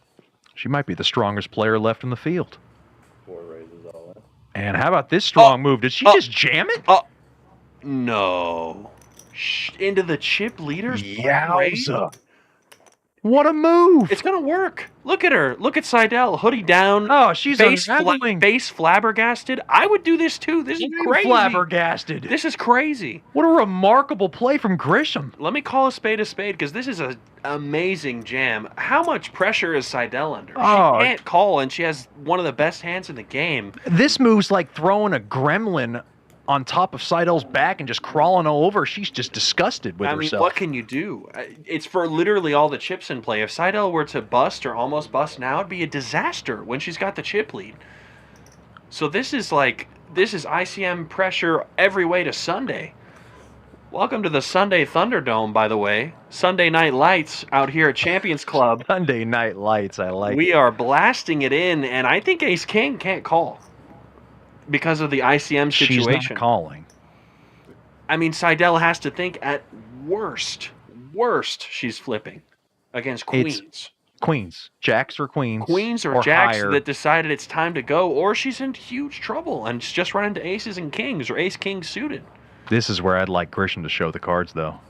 No. That would be such a needle. I mean, we've seen everything that we don't usually see. You said it'd be a gremlin on Seidel's back. The gremlin would start pulling on her hair. Can't wait to throw her cards in. Oh, man. Vera and Seidel let it go, and Grisham's not showing nothing. Stone cold fold. Nice hand, Grissom. That is how you play a big stack. Scary stuff. Nicely done. Any other situation I'm calling there? Any other situation? Besides that amazing hand, I have bad news for me personally. Uh-oh. It looks like Shaw's looking good to win the bet against me. His man is second in chips currently in the main event. Christopher Stats has $8 million in his stack. My man Adrian Curry is still in the tournament, but where's 2.6 million. Everybody's favorite uncle's got to start to get work done. Yeah. Now I'm gonna have to pay out Shaw $100, which is the worst outcome possible. Now you know what you could do. I don't know if you want to dig yourself into a hole here. I'm not digging. Okay, never mind. You want to know? You want to? Well, you could have double or nothing it on FT stakes. Do you want to know who has the chip lead? Shaw. David Shaw. 8.25 million. Now I think it's a really good idea if you start doing a double or Yeah, nothing. but I'd have to do it to him. I'd have to bet on Shaw, which is just so Shaw is counterintuitive. Healthy, and well, I guess all intents purposes, we'll see him in stats probably in the final table tomorrow. Yeah, that's fair to say. If we don't, someone's going to have the biggest chip lead known to man in one of these main events. We've seen catastrophic blow-ups before. Yeah, Hayden Hetland. Hayden Hetland, yeah. Ace high flop with a queen on it too. Goulion, way good. Yeah, only one club talking to Grisham right now. Quickly checks through. Goulion is good and will be all the way as long as Grissom doesn't blast her off the pot. Grissom checking, not really bothering to put money in this pot, despite having jack high. Perhaps thinking that's just a smidgen of showdown value. I don't understand that check from Goulion. And that's another 5 coming off. Grissom with jack high. Grissom gives up. She's not giving anything to Goulion, and Goulion's going to win the pot. Just a matter of when. Whether it's now or in 20 seconds. Well, you see that ring on her ring finger? Yeah. That is impressive. Oh, yeah. Looks like knuckles. What's up, Jess? Welcome to the chat. Good to see you in here. Goulion goes for value. 20K. Grissom can't call. Gets out of the way. He's going to say, we got to get Jess in the booth at some point to talk about some of these hands. Jess, obviously, great player, great person. Love to have you in Is that the world's community. famous Jessica Richards? Oh, yeah. She's in the chat. Gorgeous H-Tex. That's the one. I love it. it. The only. I love it. Well, we were just talking about our man Shaw. I'm about to have to pay Shaw $100, Jess. Bad news for me. Just weighing down on the rest of the field. Can't believe it. I look at his stack. He has 700K. I'm thinking, all right. Like maybe Shaw doesn't make the final table for once. Nope. His name was just reverberating around the walls when I was at Champions yesterday and today going, oh, man, Shaw's going to be at the final table. Oh, why does Shaw get so lucky? Oh, he runs good and he plays good. Like, just all these little conversations just around my head I'm just watching, and they all involve Shaw. It's great. All roads lead to Shaw and the various prop bets he's got going on around the room. Seidel, King 8 suited, and a lot of chips still, after making, mind you, a huge fold with Ace King a few hands ago. Still plenty of chips to go to battle with.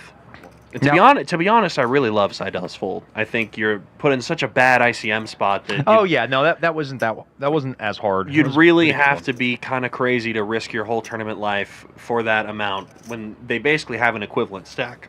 Right. So that's good. Excuse me, a little gremlin in my throat. Basic tournament. That was a good tournament fold. Some people would have gone with it, but that's not the spot. Seidel snipes that pot, and she's still got parity with Grissom. They've still got essentially the same stack, so these two runaway favorites to take the top prizes in this tournament as long as nothing crazy happens from here on out. And look at our chip count. Yeah, we got 440 from Grissom, 420 for Seidel, so about as close as you can get. That's just about a big blind or two apart. Lowry in third, and our short stack, Saturn, who has taken the conservative route so far tonight and is still alive and fighting for the top prize, as is all the other ladies here. Saturn looks like she's only playing aces, kings, or queens. I hope that's not true, but we'll see how it goes. Dealer change, and if that's the case, looks like going to be a blind level increase as well, Chet.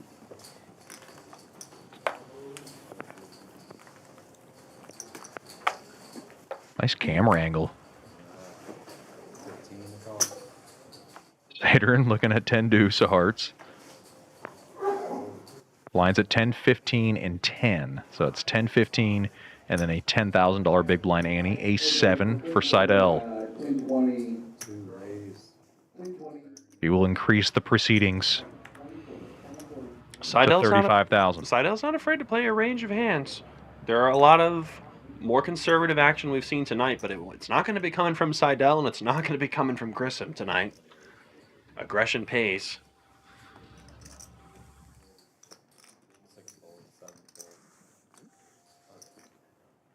Julian goes away on the dealer button, and it's over to Lowry with a 5 and a 2. Not good enough.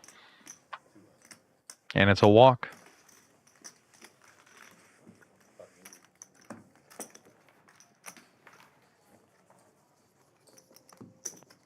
Those blinds starting to eat up at Saturn as she looked up at the TV. Try to see how much life she has left before getting the last remains in there. We did talk about the pay jump. The next one out does get 100, then sixth place gets $600. So there is a 500 pay jump there. Next person busts gets the 1. Everybody else will be getting the originally intended payouts of the tournament.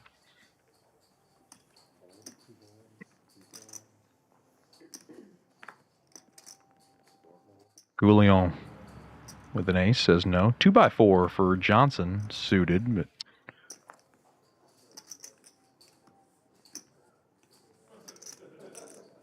everybody's favorite piece of wood is going to go into the muck. Yeah. Might see that do damage in the PLO tournament. Oh. Those 2x4s can get you. Don't even start there. You ready for the 4-card game later this week? Oh, yeah. Yeah. It's going to be fun.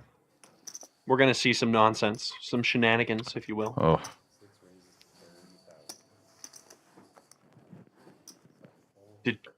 It looked like Goulion raised it to 30,000. I think they made a little mistake with the graphics. That's okay. Okay. I was going to say, no problem. If the 2x4 raised, that's interesting. But a creative play. Lowry, I think, is already folded. Yeah. And it's back over to... a little bit of a hiccup. Back over to Saturn, who is thinking about it, which probably means it's a good hand. Oh, it's all in. Oh. This has got to be queens or better, no? No, come on. Don't be so disingenuous. Oh, I'm sorry. I did. Come on. And she's a fellow Giants fan, so I'm totally rooting for her. I'm also rooting for our graphics to come back. Please tell me what they have so I can pretend to look smart. I'm not necessarily a fan of that type of Giants jersey. It's one of our new ones this year. Shh. It's a nice jersey. It's got style. Not everything has to be the classic look, okay? It's kind of like the early 90s kind of look. That was a good decade, though. That was my decade. That was your decade. Goulion in the tank. It's not Johnson who's in the tank. Johnson didn't raise with 4 deuce. I think that's why the GFX is a little slower here. They got it wrong on which position. It was the cutoff, not the dealer button, who made the action. Goulion gets out of the way. Goes away and chips flow, but not from Johnson to Sadern.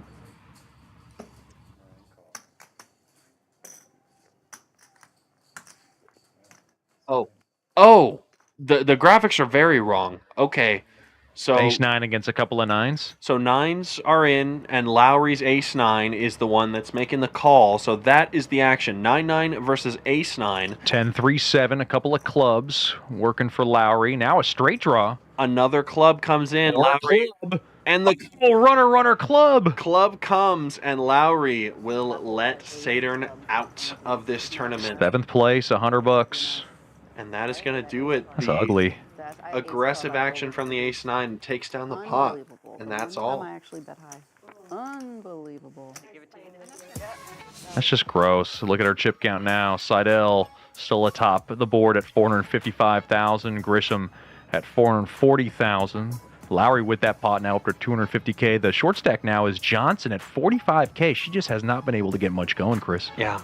And Sadern had played very tight, waited patiently, picked the spot, and it still wasn't enough. Unfortunately, busting out in 7th here. Everyone else remaining guaranteed that $600 prize or more. And for Johnson, got to get it going soon. Vera verily lets go of the Queen Deuce. Unsurprising.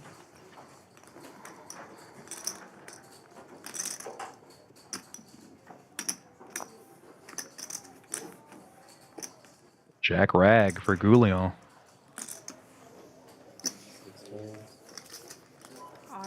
Now Johnson, King Jack suited. She'll jolt it all in there. Last 45K.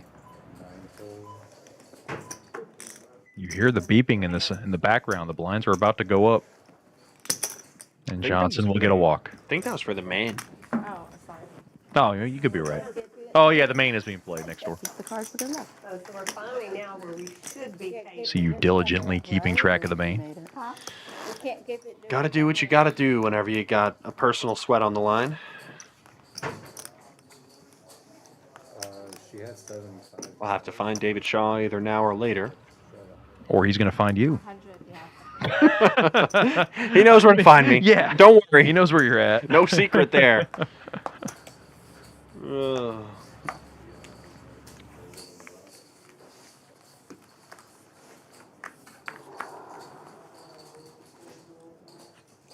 Grisham suited Ace-9 from the gun. She's going to raise. She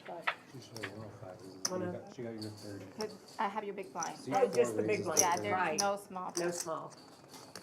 That makes sense. That would be nice. It was a dead small. That was a little bit of the confusion. 30K is the raise. Suited 5-4. Lowry says no. Walk it out. Say no to drugs and say no to 10-9 offsuit. Vera folds. Vera looks bored. I'd be bored if I got dealt Yeah. 10-9 off there too. Right. I don't know what hand I busted out with yesterday in the main. Queen 9 offsuit. That was the best hand I had to jam with. That's tough. That's tough. sledding. That's tough. When that's your best You know hand what? to jam. Actually, I stand corrected. I did have a better hand to jam, and I didn't. And I was right. When you jammed with Queen 9, how many bigs do you have? Like 4. Oh, okay, 3 okay, or something all right, like that. all right. It wasn't So very. it's getting in It there. wasn't very pretty. I had jacks off of 7.5, and I folded, and it was correct. I can see you making a correct fold like that. Under the gun opened, +1 raised, button. 4-bet, ripped Okay, it cold. all right. I went, okay. So it was very simple. It was aces versus kings. Shocker. 3 big pocket pairs. Aces, kings, and jacks all got dealt. Jacks in the muck. That's rare. Ace on the flop. No sweat. Yeah. There's a lot that go broke on that one in a tournament. Or go all in with that. Nicely done from you. Little did I know Queen 9 would be my demise one orbit later, so. Right. Lowry with the mystery hand.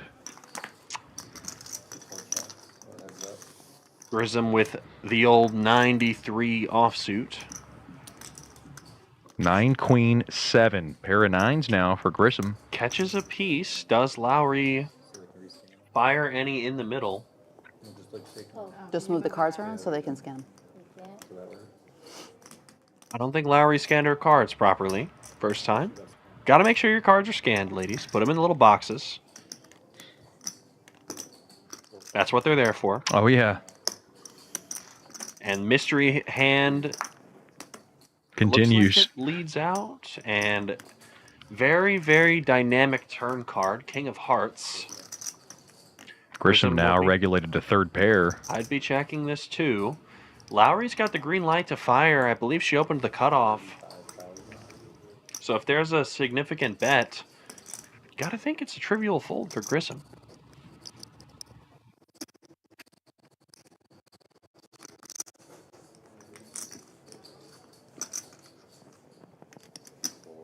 Bet and take it for the mystery hand.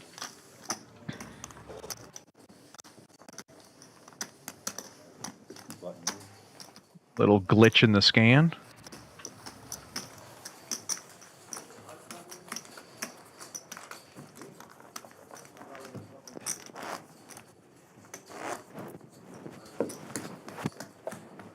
Hot cocoa's working. It's warming me up.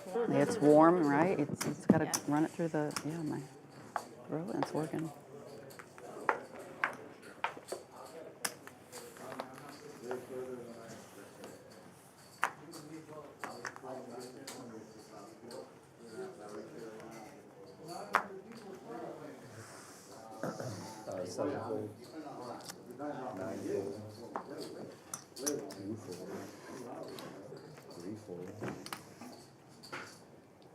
Fold around to Grissom from the small with queen 10. Found it. Sorry. We'll just call. Okay, but it's clean. But it's clean. We'd be staring at that all day. All day.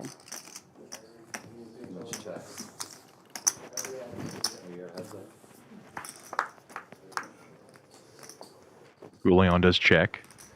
4-5 ace. Couple of hearts. The queen 10 is good.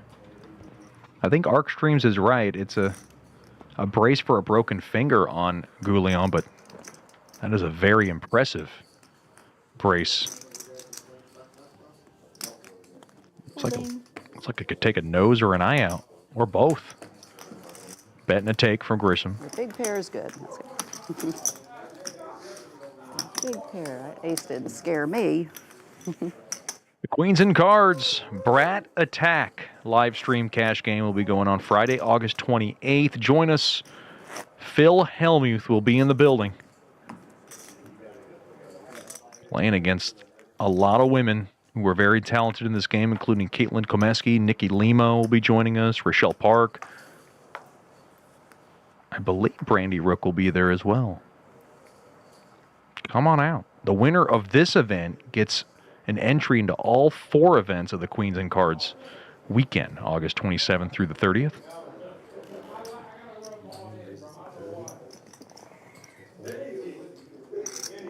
Lowry smokes it up to 30K with ace-5.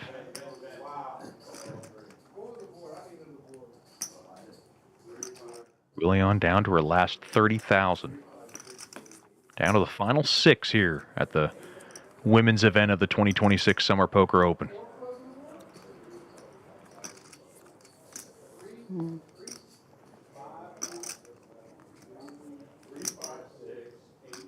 A very stale King 8, giving this more serious thought than I would imagine her giving it.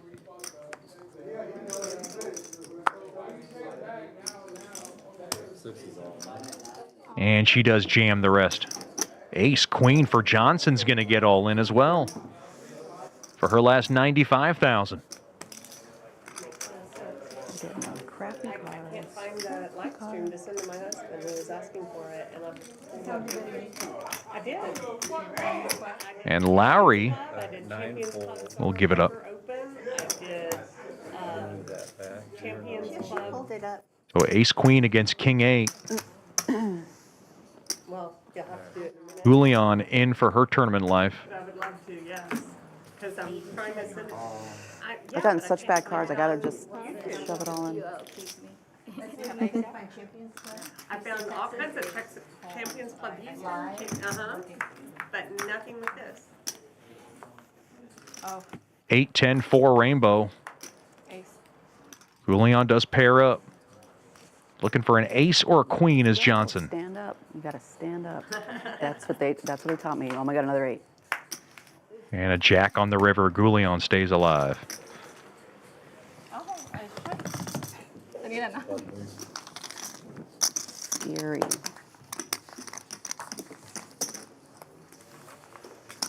Goulion now up to 100,000.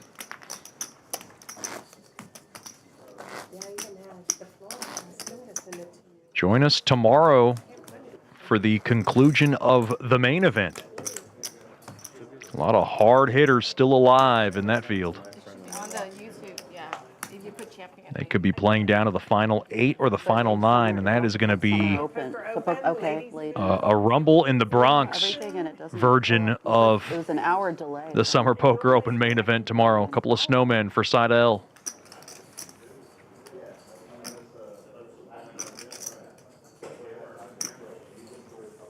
You will slice it up to 35,000.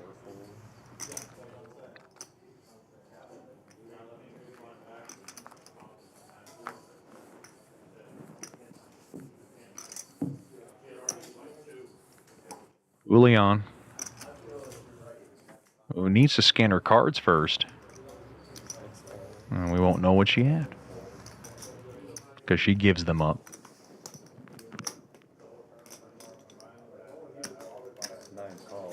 And now Lowry, 10-9 of hearts, will call from the big.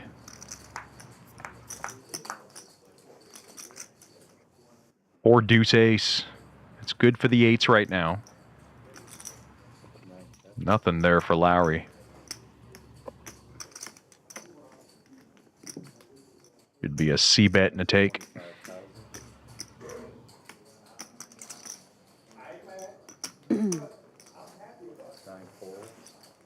Lines are at 10, 15, 15. There was a mistake in the graphic. It was 10, 15, 10. That says 10, 15, 15. We do apologize about that.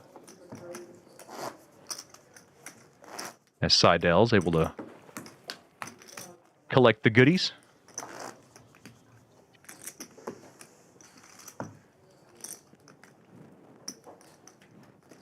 If you want to come play in other events in the Summer Poker Open, you can still do so. Many events still remain this week, and you can also get a discounted room rate at SPO26. That's the promo code at ChampionsClubTexas.com.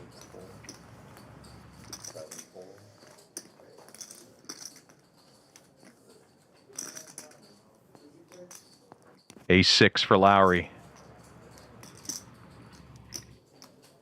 Folds around to her. She'll sprinkle it up to 35,000.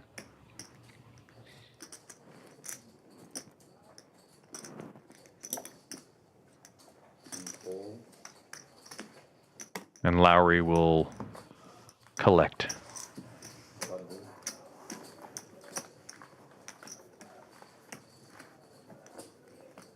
Next one out gets $600.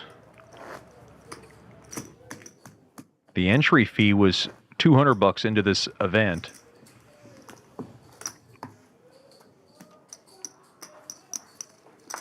Started around the early afternoon time.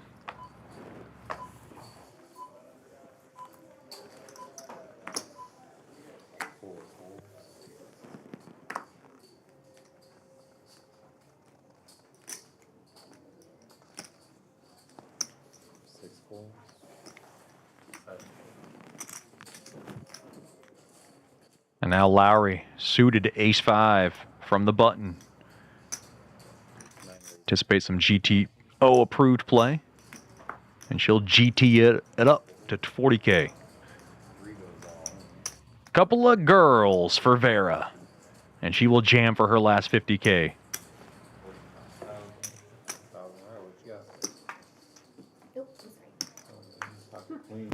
Lowry calls.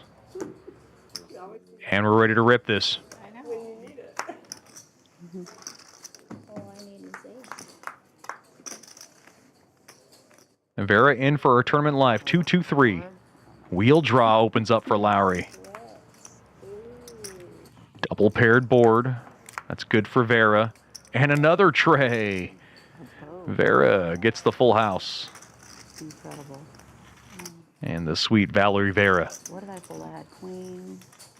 Able to double up there. Oh, I want to know what I folded. And tell Damn it. I folded queen. She's now up to 125,000. Hands when she needs it. Yeah. Aces and then queens. Hadn't played a hand otherwise. Oh, forgive me. It was a $250 buy-in. Jessica Richards had to correct us in the chat room. She's on top of it. She was in the event, made a valiant run in it. King Queen for Goulion.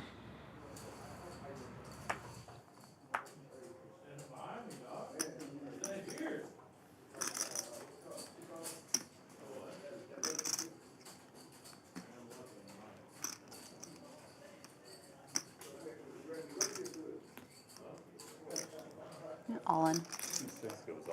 And she jams it for her last 100,000.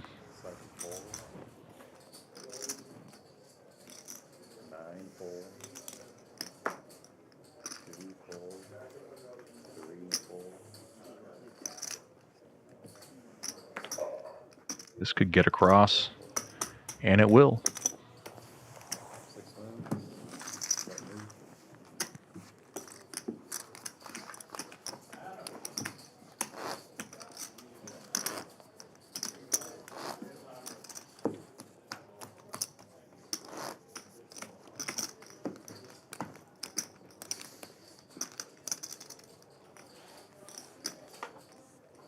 Various cash games going on at Champions Club right now. They had a big PLO game. They had another Hold'em game. Come on out to Champions Club. 6440 West Sam Houston Parkway. Johnson now. Kyle drives it in for her last 55,000 with Jack 10. Any takers? Goulion with Jack 10 of clubs.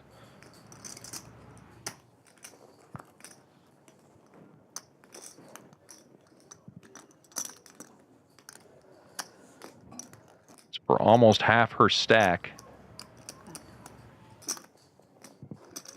She knows Johnson hasn't played many hands at the FT.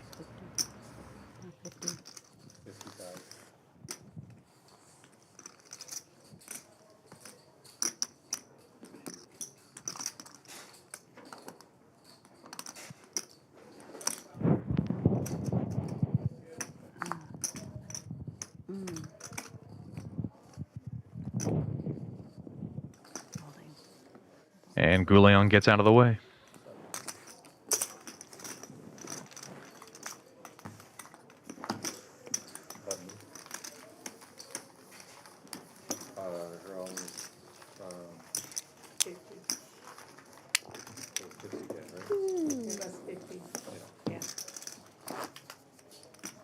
Did you beat a Jack's 10?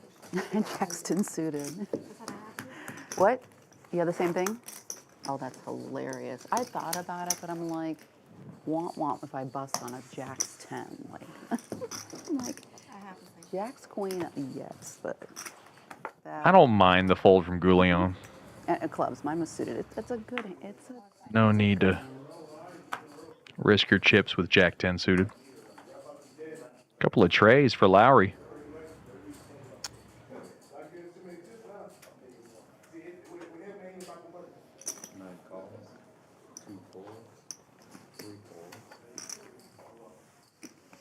K9 for Grissom. On the biscuit. We'll blast away.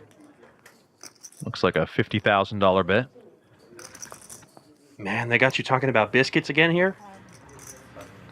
Well, oh, we got bullets for Johnson.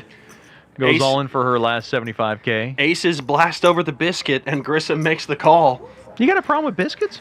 I just think it's funny. Oh, okay. Can the King 9 crack the blades? K9 trying to take a big bite. The Red Rockets from Houston looking to hold.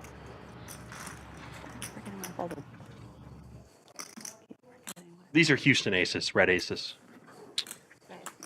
Rockets. Yeah, no, Red I see aces. it. No, I see it. Keep forgetting what I folded. 4-4 ace. How many aces on the flop are we going to get when we have aces tonight? It's unbelievable. Oh my gosh. And this one's dead. I finally have my aces. We got him. There you go.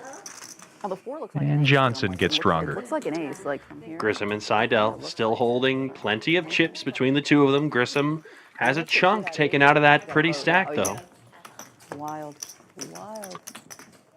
Also, we officially have a final 8 for our main event. Oh, did you go over there and start perusing around? They actually put me to work. I had to help out with something. I had to grab something for someone. It's a whole thing. I work in production. Got to do more than just yap on the mic. Care to, I can't confirm. Care to divulge a few names left in the final 8? Yeah, I got one of them who won't be there. David Shaw, bubbled 9th. Wow, and he was chip healthy. He was chip leader going into the last break, but chip no longer in the stack. Sorry, Jessica. I'd be more sorry to David.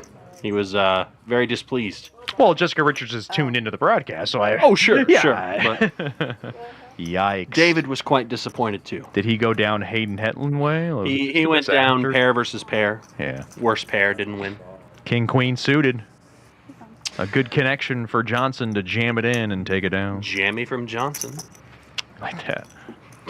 like Let's that? see. Who's it? So Stats is in. Stats is in. Vora. Vora's in.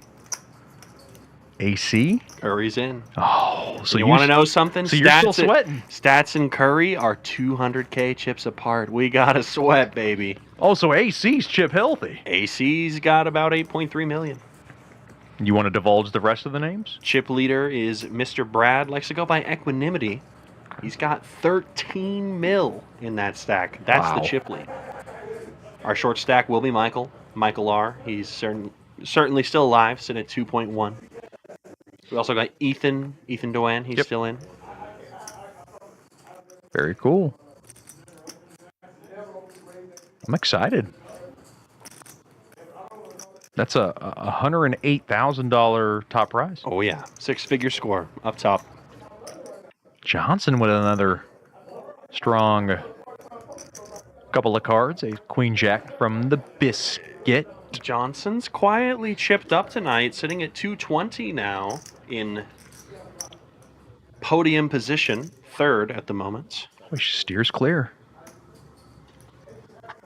So does the Jack 5 offsuit. They both would have run into King 8. Don't think it matters much. That was perplexing. I don't think it's that bad.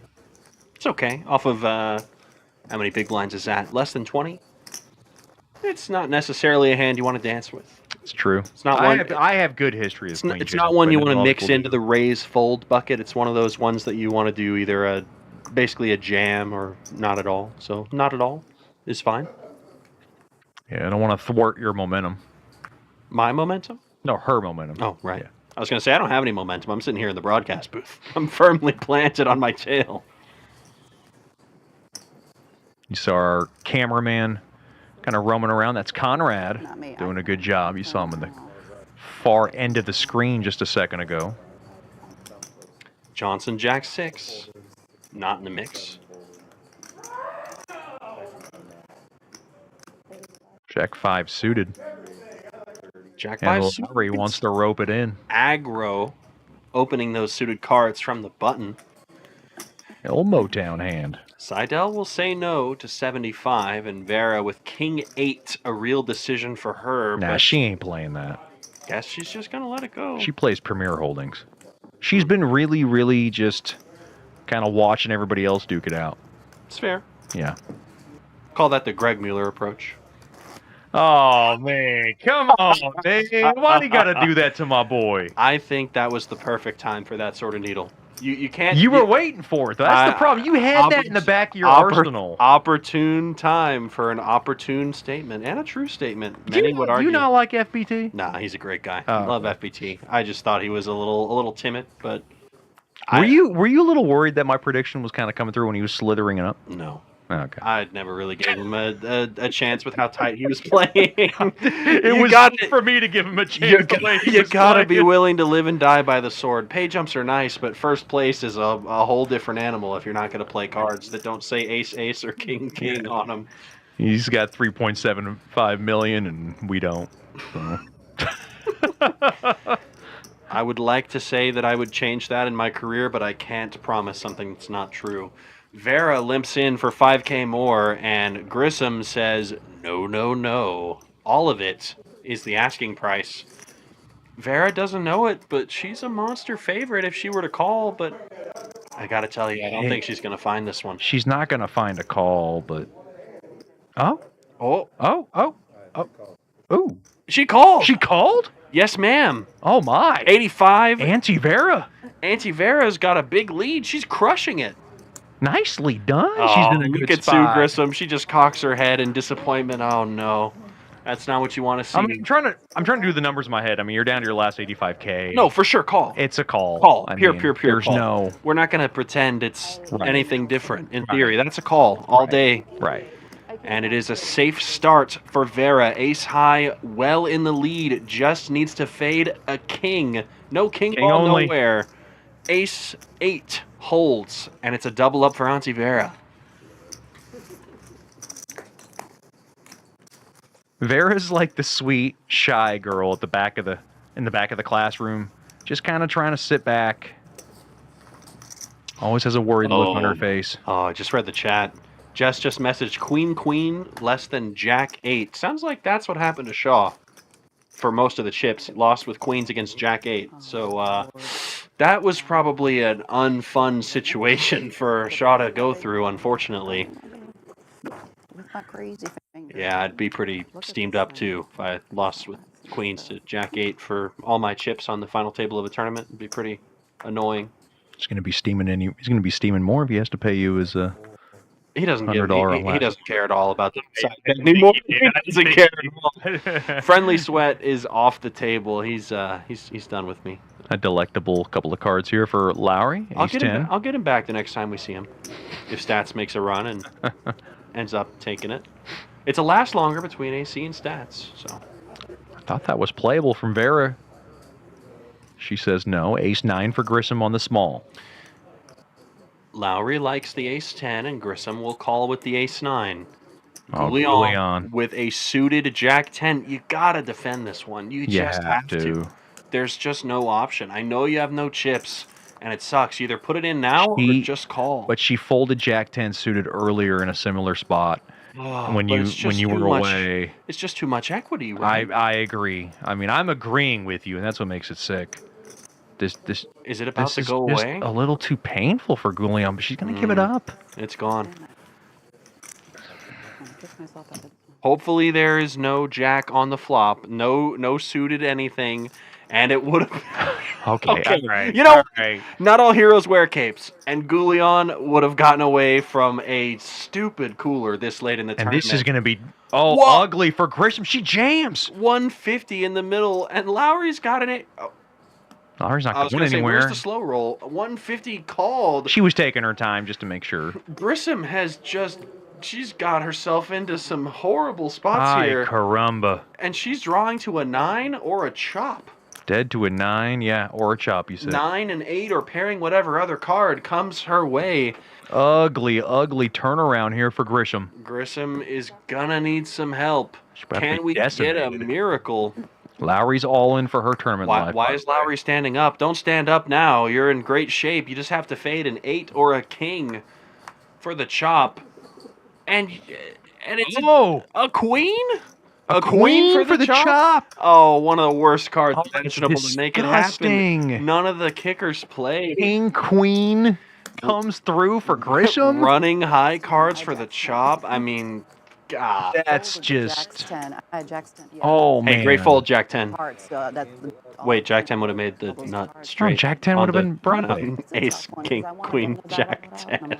I'm like, Oh, no. I think Gouillon's going to regret that one, too. I have a headache. And- Goulion is the short stack, by the way, with 70K. Your chip leader is Seidel now. She's got a sizable lead at 440K. The next one looking up is Grisham at 255K.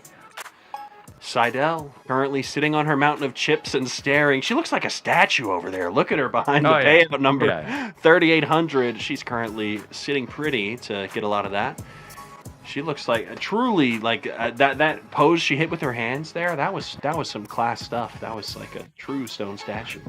As a reminder for you guys, by the way, after this conclusive action of the women's FT, tomorrow we are going to be back. The players will resume play at noon tomorrow, and the live stream will kick off at 1 p.m. Central Time, so be sure to come back here 1 p.m. Central for the resumption of the main event and the final 8. Early start, I like it. I can confirm. So you know, our tournament director, Brian Freitas, he was very direct about there needs to be a 12-hour gap between the conclusion of the proceedings tonight and the FT tomorrow. Things concluded just around midnight local time, around 11:55. So everyone's going to come back and they're going to get cards in the air at 12.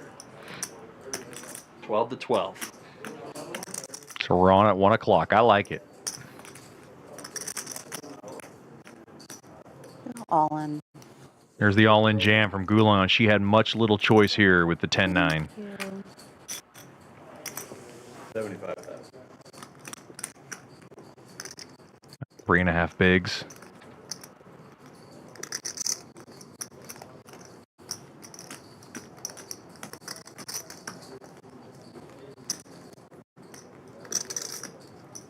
Johnson has a Broadway card, so she's giving this some thought, but she knows how snug Goulion's been. Yeah, she was never going to follow through there. Goulion will take the chips.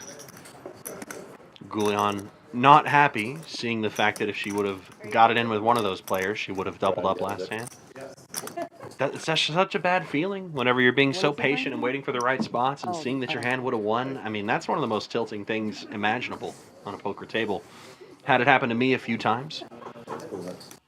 Didn't take the marginal spot with a pocket pair, flop a boat and wonder where it all went wrong. That sort of thing. I wonder if tomorrow's main event's going to be a long battle. Is it going to be, you know, Hunger Games-esque? We're going to see bodies going down. I'm excited. Long battle. Yeah, I'm expecting a long Bodies are going to hit the floor, but it's going to take a couple of hours, I think, for that thing to conclude. I'm excited. Some final tables are over with the swift draw of an arrow, but I think the chip stacks are equivalent enough that there's some titanic tussling at the top and some strategic maneuvering at the bottom that's going to draw the proceedings out. It's not like one person has all the chips with a bunch of short stacks. Honestly, very smooth distribution of chips. If you look at that main event final table, biggest stack just around 12 or 13 million. After that, multiple 8 million stacks, and Johnson, Jimmy jams the ace queen. 180K. Pretty hard to go to the parking lot whenever your opponent has 9-8 offsuit. No parking lot for Johnson. An all-in and a take. Blinds at 10, 20, 20. And it's to the point where the chip leader has 22 big lines, which is not a lot, to say the least. I expect action to speed up pretty swiftly here. It's getting there, yeah. It's at that point where the tournament is reaching its natural terminus. You say terminus? Terminus. It's a good word. I like it. It's kind of expand my head a little bit. You were like, wait, did he just? I'm in. You got to have a nice vocabulary on the broadcast. You do. That's what you're here for. I'm the vocabulary guy. You're the play-by-play guy. Yeah. Something like that. Whatever I do.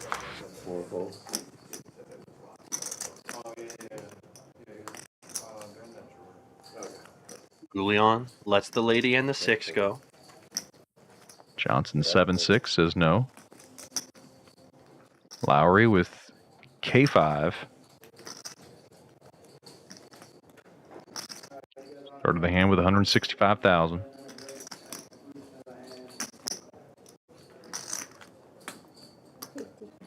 Nine raises, 50,000.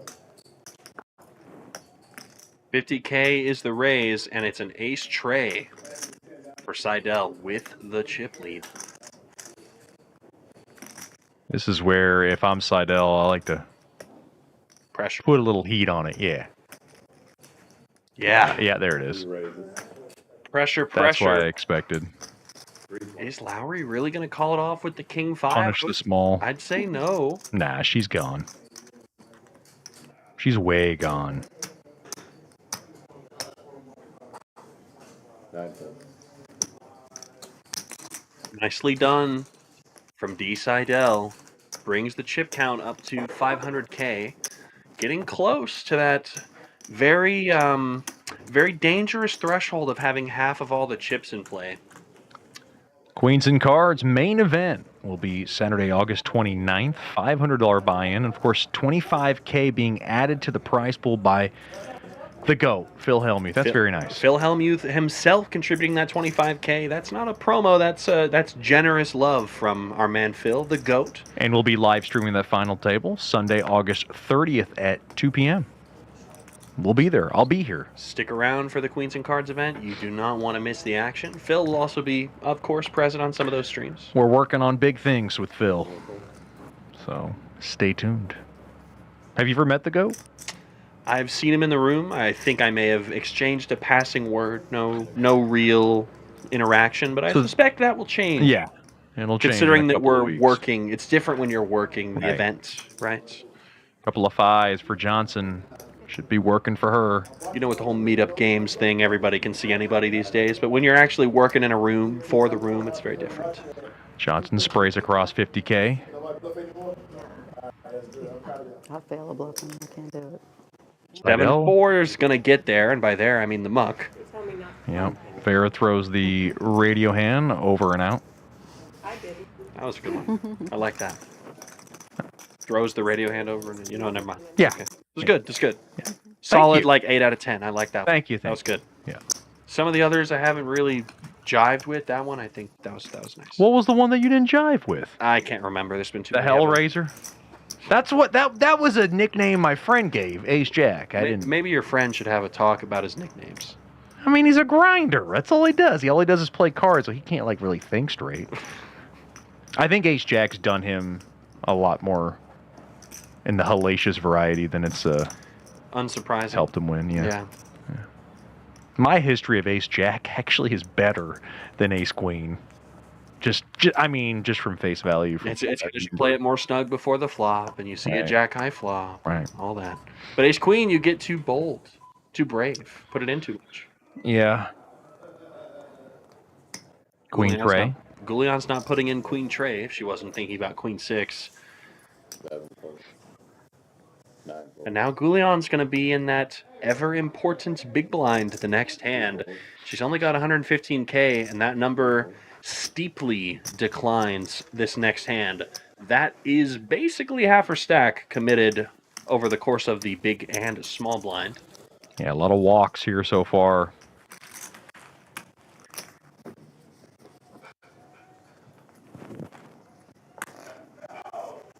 Quiet final table tonight, chat. Yeah. All is quiet on the Little League night shift front. Oh, so you kind of like the Little League night shift now? No, I'm just doing a callback for our audience. Oh, you wanted I'm sorry, you wanted a college baseball. Yeah. Night shift. But there's no clean way to say it, though.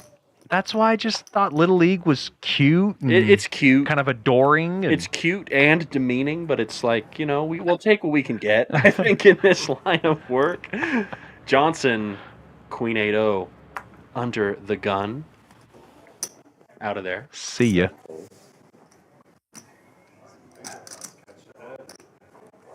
Lowry, restless, but says no. Cutoff agrees. And Vera finds nines. She just calls. Oh. Oh. Uh-oh. The girls for Grissom about to wreak havoc, and they'll go wild as all in Whoa, on 135K couple of eights, and Goulion cannot get rid of this. Neither can Vera. This is pair v pair action, and Grissom has both of the other young ladies covered with the queens. This is about to get ugly.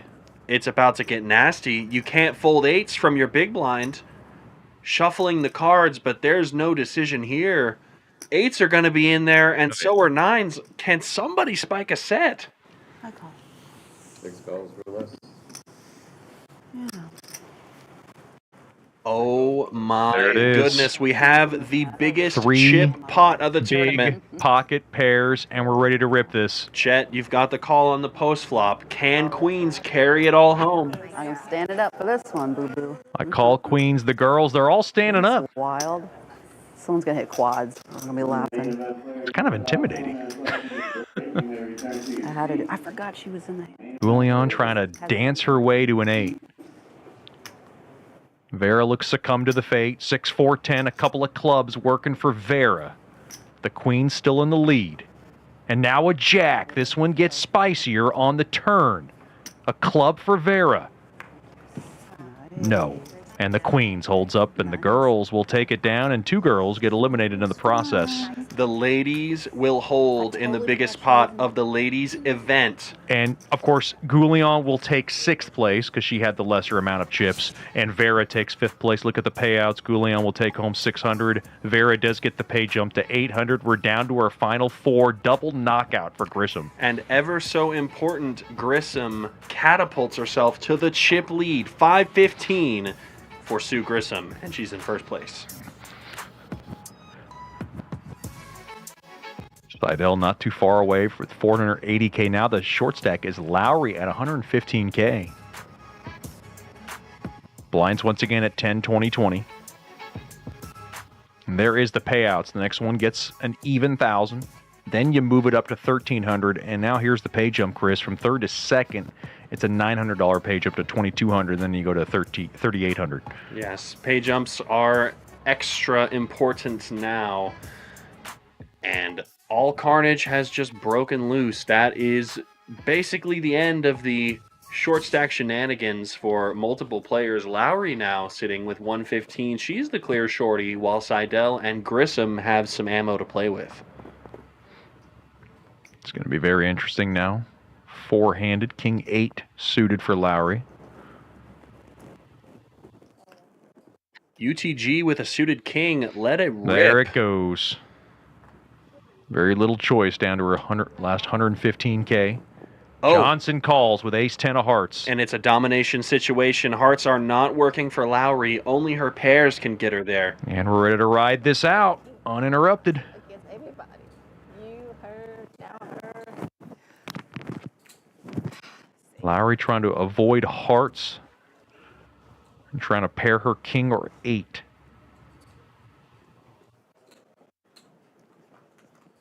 $70-30 for Johnson. Try to get us down to our final 3. 7-4 ace. Ace Big flop for Johnson. Ace is the nail in Lowry's Straight draw. coffin. Opens up now for Lowry. That's her only hope. She needs a 6, and it does not come through. Ace-10 holds up, and Lowry is eliminated in 4th place. She will take home $1,000. Great run for her. And I said carnage broke out. No kidding. 3 players bust over the course of 2 hands, and then there were 3. Every lady remaining actually has a pretty decent amount of chips as well. No one's got kind of the goofy, gotta jam it in every hand sort of stack. Now we've got some poker to play and a lot of chips to do it with. You are right. Grissom now at 515,000, 480,000 for Seidel. He's not saying a word. She is in. Look at the statue. Not the chatting mood. I told you, by the way. Look at the statue. The hand over the mouth, the green glasses, the green goblin. The green goblin. Look at the. I mean, that's an intimidating look if there ever was one. Oh, That's spooky in a good way. Oh, couple of tanks for Grissom. That's Sue spooky. Grissom with black 10s. Must put in a raise. Yeah, ready to bust down through a house. 200. Oh my goodness. You're kidding. Johnson with the girls. You're joking, and it's a And 3 the girls bet. go wild with 200,000. And Grissom can't get away from this, obviously. And we have more wreckage here on the Champions Club front. And I've just got to be honest here. How many 3-bets have you seen all night? Not very many. Not very many And is this the answer to that question. So Sue Grissom has real reason to not be excited about her 10s right now. We started with the chip lead when we went down to the final 3 with which just a hand to go. Is Sue Grissom about to make this fold? This is such a sick No, fold. It's 3-handed. 10s are a premium, right? You'd think you just got to go with it. You're hoping it's ace king, but Johnson, we haven't seen a 3-bet. So That's you what know I'm you're saying. against a bigger pair. You've seen no action all night.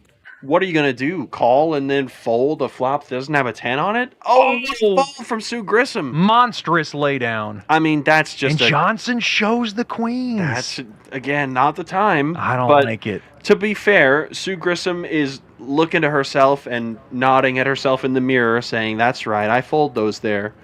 That's one heck of a fold. Nice job, Sue. Nice job, Sue, but yeah, I don't like showing the cards. That kind of ruined. I don't know. You're empowering players. The play speaks for itself. How many 3-bets? I mean, actually count them. How many 3-bets have we seen tonight that have not been all-ins?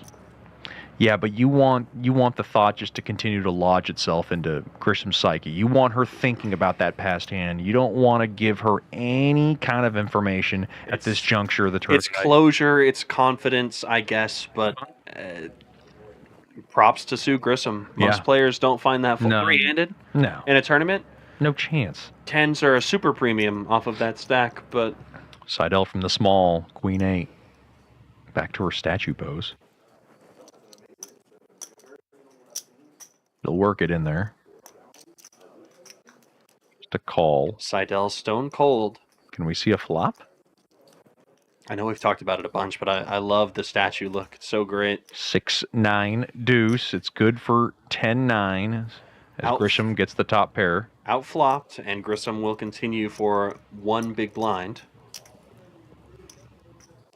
Queen 8 with just enough backdoor to maybe float flop one time. You could. I could see it. Especially heads up, blind versus blind. Oh. 3-handed. Oh, aggression. no. Look, Seidel is no stranger to these spots. Going for the check raise, putting pressure, but Sue Grissom snap calls her. Boy, Seidel taking a bloodier path here. But Grissom just doesn't care. Calls pretty much instantly. Comes on the turn. Overcard to the 9. Seidel gonna rep. And Seidel continues for a healthy wager. Yeah, takes a big swing, 75K. 75K sets up a pretty clear river jam if she's feeling frisky. You think Grissom's thinking clubs? And this bet was how much? Just like a little bit less than half pot? The 75? I mean, Seidel didn't raise pre-flop, so you can't put her. Yeah, you don't put her on any big high clubs. Combos of value basically include weird 2 pairs like 6s and 9s, or a better 9. 8-7 of clubs, maybe. Better 9 or draws. There's a lot of draws on this board. And now the clubs do get there with the ace. Front door clubs arrive. Will Seidel shut it down? Hot over 330,000. Here comes Seidel. Nice taking bet. a hack. Nice bet from Seidel. I really like this triple. 125. Taking it to the streets. Oh, this is hero call. I don't think she has this in her. Don't say that. Never say never. Because I think Grissom put Seidel on 8-7 of clubs. She's thinking about it. Never say never. That's not what you do to a poker player when they're in these tough spots under the lights. Sue Grissom made a hero. You see where I get though with the middle clubs. There's lots of combos of hands. Hands got there. But Grissom puts in the call. Remarkable call, and Seidel is disgusted. Grissom sniffs out the triple with just a 9 and wins the biggest pot of the tournament, and is now the crushing chip lead. A nice move from Seidel, and even better call from Grissom. As she jumps right back into the chip lead now at 745K. We're seeing some good poker now here in the final tray. That's a huge play from Sue Grissom, making hero folds and hero calls correctly both times in a row, and she gets rewarded for it. Big chip lead.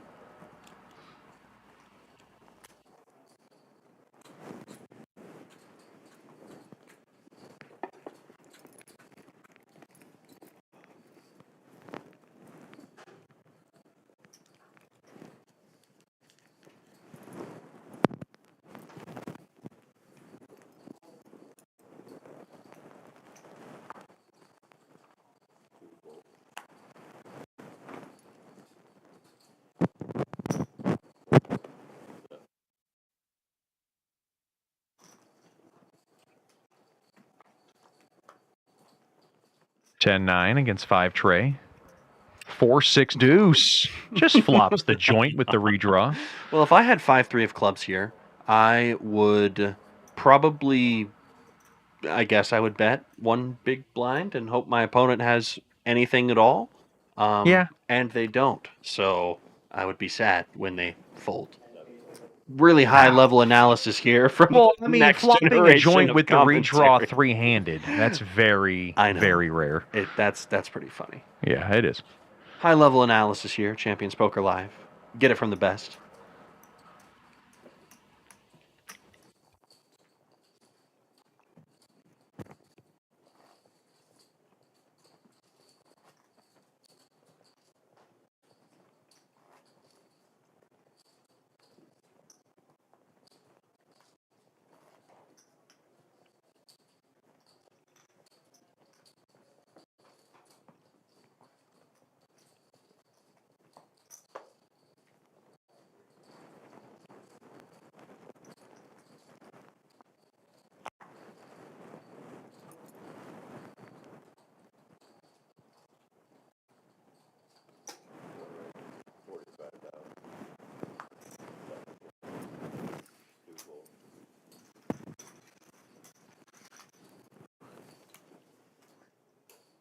Grisham with a raise and a take.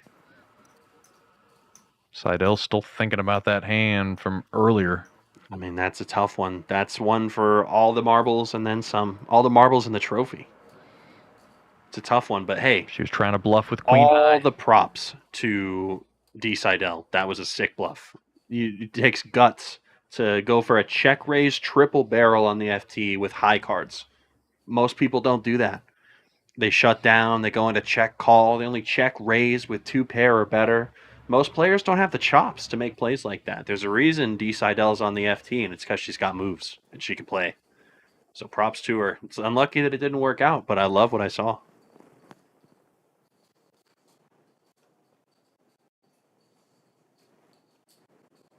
Johnson. Any ace, pretty good three-handed.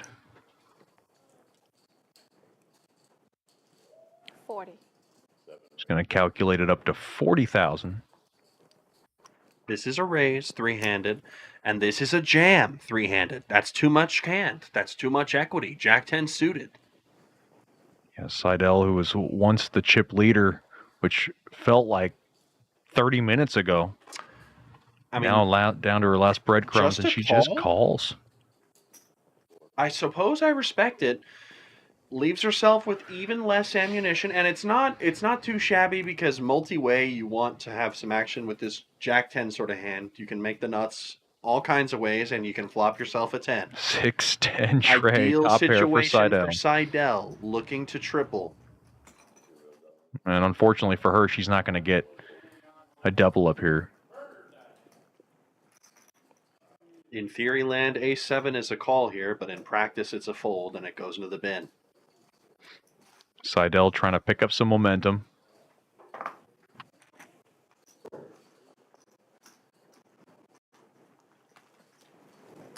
Momentum acquired. Seidel, if she doubles through Grissom or Johnson, she will do some leaderboard swapping. So it is within striking distance.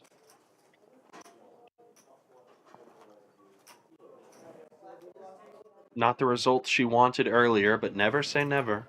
Chip in a chair can get you there.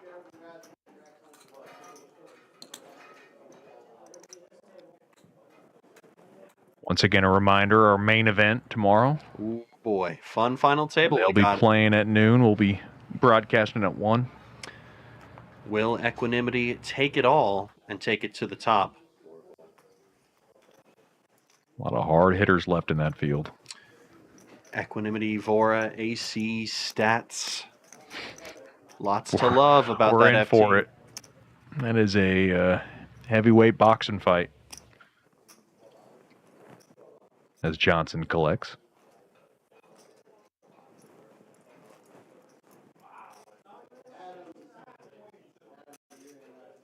Not much chatter when you get down to the final 3. Been pretty much all business at this women's table. Ladies are here for it all. Glory in the trophy and the money. All's fair in love and war. Poker is, I would say, much closer to war. Johnson, Jack 9. Seidel, Octo, Crab. Doesn't have to put any more chips in the middle voluntarily. We'll check.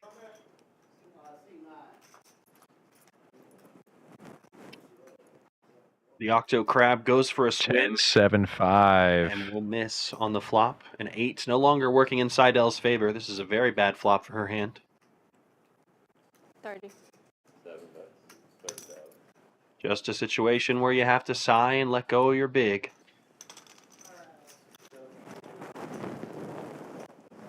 I think that's probably my favorite bad hand nickname. I've talked to you about it before, but Octo Crab for 8-3. I'm a big fan of that one. Octo Crab, I can get behind that. The Octo Crab, yeah, I like it. It's my favorite meme hand. Like, really bad, shouldn't play it. What you should play is at our epic weekend for women in poker. It's the Queens and Cards weekend, August 27th through August 30th. $25K added to the main event prize pool. That is courtesy of the one, the only Phil Hellmuth. Chet Chaudhary and I will be, of course, on the call for our live-streamed final tables during that weekend. Be sure to join us for some action and $25K Hellmuth dollars. Not I'm so excited. bad at all. I am very excited.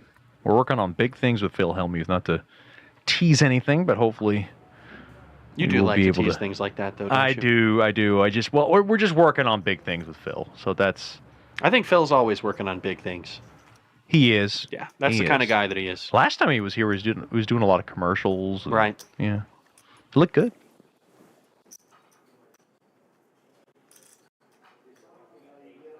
Can't wait to walk up to Phil and shake his hand, and he says, "Hi, who are you?" That'll be fun.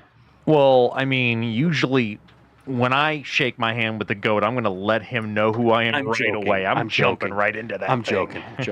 I'm joking. We're gonna say hi whenever he's in the building. Of course. I mean, we're going to be basically working with him because he's part of a few of those shows. The Seidel statue continues to stare. Looks down at Queen 6 suited. Not bad. For the number of remaining big blinds, this is a jam. I agree. And D There it knows is. it. D Seidel lets it in. 70. And Oh. Johnson with a pair. Here we go. Let's rip it. Johnson says the words and puts in the red nines. Seidel needs some hearts or a queen. She throws those cards down with visceral.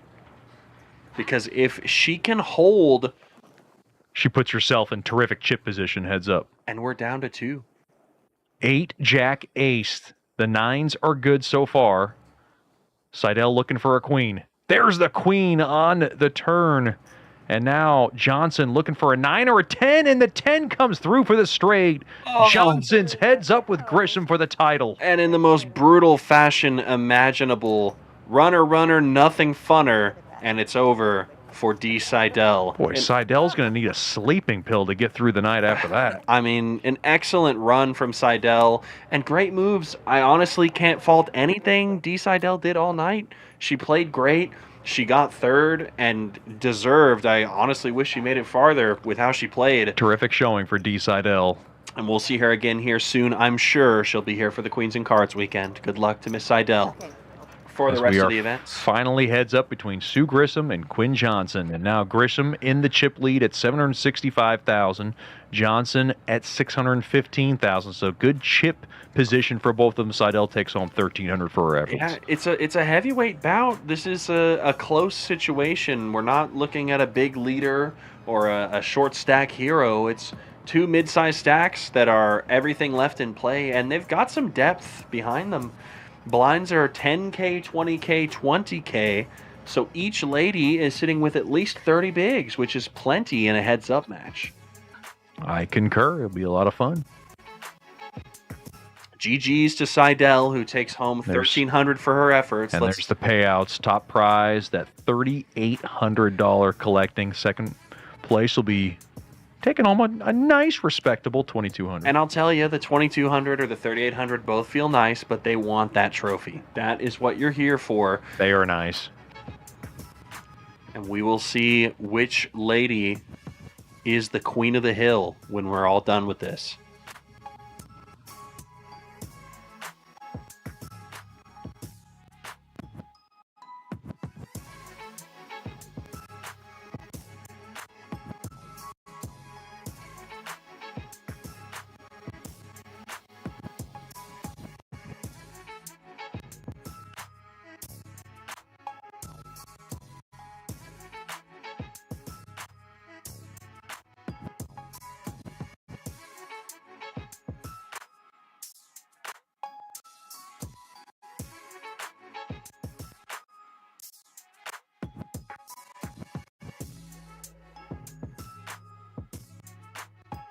Still waiting on those payouts up on our screen. Ladies are taking a quick little reset, and then they will get back into the action.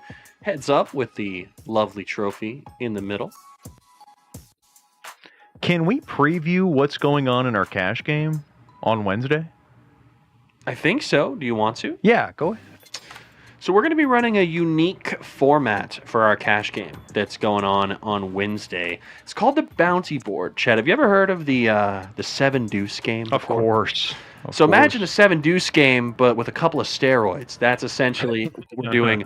There's going to be a total number of either 3 or 5 hands on a bounty board. If you win with one of those hands, you get a bounty from the rest of the table. That's what we're going to be doing on Wednesday. The rules will be pretty self-explanatory. Ooh, look at that trophy. Look at that trophy. The smoky orange in the middle. I like it. Love the it almost looks like glass, like the glass-like finish on these marble stone-looking trophies. They're great. I love the Champions trophy. Bounty board game coming your way with a lot of our finest players. Yeah, we're going to get the return of Mo, HV, Tish. I'm excited for that.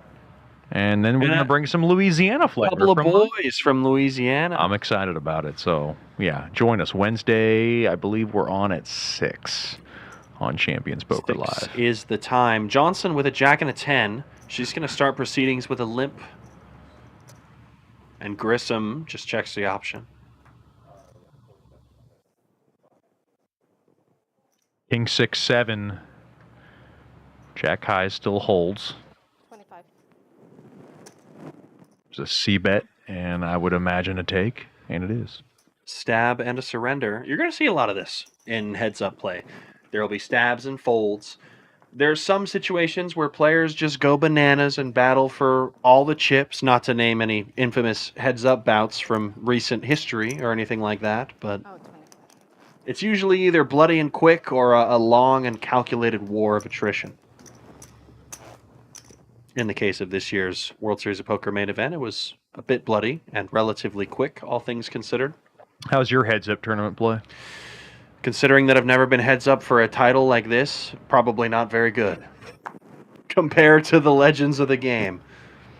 Compared to Joe Schmo, it's probably great, but... I mean, my best score was 5,800 in a tournament I won at Choctaw. Yeah. And I was heads-up there, but that was just like a local tournament. That wasn't... I've never lost a tournament that I've been heads up for. That's all I'll say. Okay. I've probably got like 4 or 5 career heads up bouts that I've gotten to. What's been your biggest payout there? Like 65, 6,600. Not bad. Something like that. We play mostly cash in this house, but love and respect for the tournament game. Honestly, I think it's a bit more fun, but that's neither here nor there. Look at this angle of the trophy, by the way. That looks like a heart, doesn't it? You can see it, right? Oh, it does. It looks like an orange heart. That's nice. I know that's not intentional. It kind of blends into Johnson's, like, jacket perhaps a little bit. an omen of what is to come, foreshadowing even. 2 jacks see the flop, and 10-7 deuce. Both ladies miss, but it's Grissom's gutter in the lead. Check, check, and now the straight comes through for Grissom. Gutter ball gets there. Sue will start firing out. Johnson does have her own straight draw, but gives it up. Yeah, I expect the pace of play to go up pretty quick here on this FT. Lots of stabs and folds, lots of bet and takes or limps and calls sort of situation.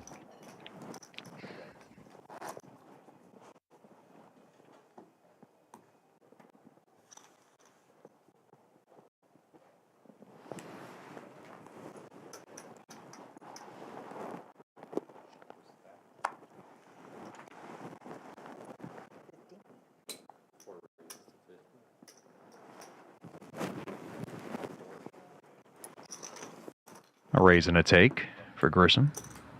The queen 9. Blinds at 15, 25, 25. Sue Grissom and Quinn Johnson duking it out for the $3,800 top prize in our Summer Poker Open Women's event.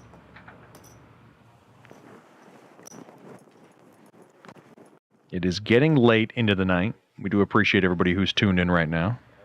Usually the Little League World Series doesn't air this late, but we're doing it just for you. Oh, you're taking a shot at me with that. Mm-hmm. I just had it on in the background, actually. I mean, I like... We got to keep it fresh at this hour of the night. I like baseball, but when Little League... That's just like trying to get just something Pace of play on in the slows. background. I saw a dealer flash a card. It looks like there was a card exposed. Jack 7 suited for Johnson.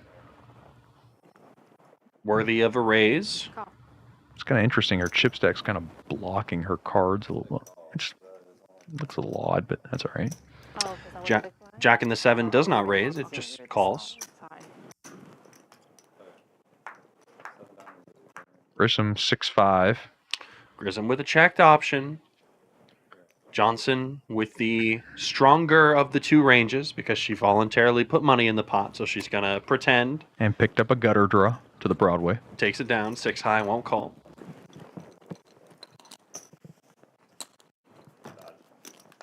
One of the most interesting things about heads-up tournament poker usually comes from how the players adjust before the flop and what their strategies are there post-flop. Still interesting, but maybe a little bit less so than that. Take, for example, the recent heads-up match between Saskalati and Jumalan. Saskalati choosing an interesting 3x open size that Jumalan brought the hammer down upon very quickly. We're not really seeing much of that. It's a lot of call and check or check type of action here for this heads-up match. I do have something to say about that heads-up battle. Oh, I'm sure you do. 9-6 king, couple of diamonds working for Johnson. So we've got action probably for the first heads-up flop tonight. Middle Johnson's pair going to for better Grissom. draw, and Grissom's got a 9 with a backdoor flush draw. So this is an easy call for her. It was a big bet, mind you. 3 big blinds is a lot at this stage of the tournament.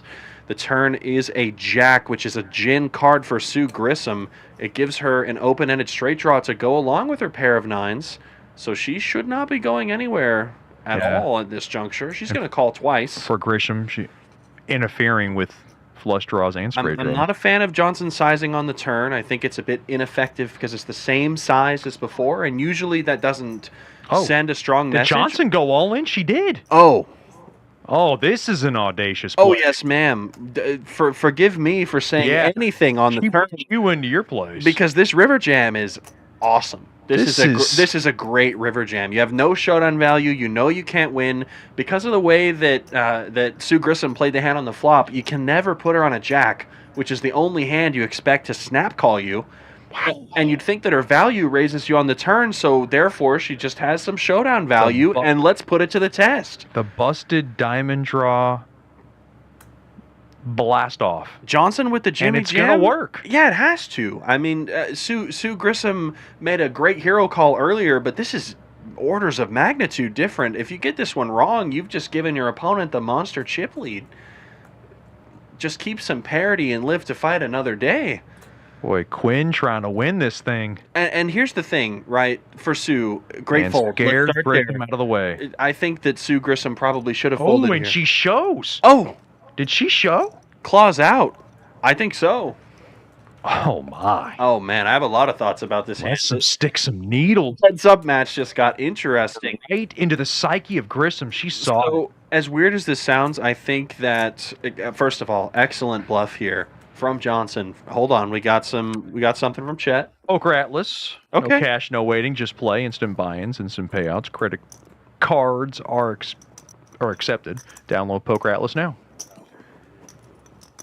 Look at that lovely trophy that these women are fighting for.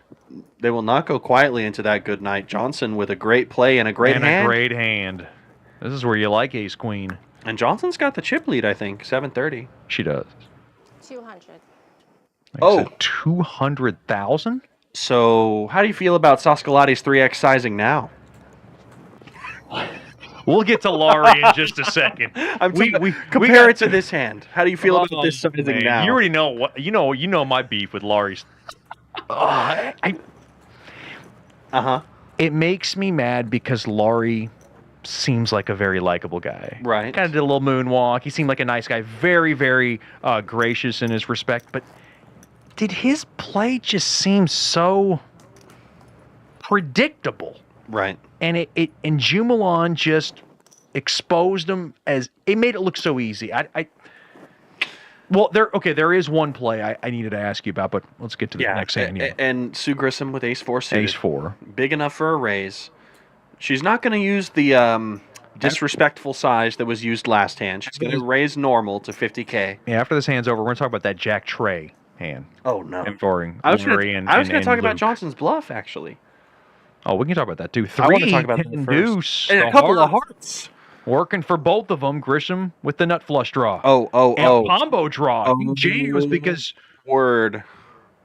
This is trouble with a capital T for Johnson. She's got the 9-high flush draw. I feel so stupid. I was talking about how the pace of play is going to slow and things are going to... This is ripped up. They're blasting the chips in the middle. They are fighting Grisham's for got this. the combo draw. Yeah. This was simple. It was a simple play for Grissom.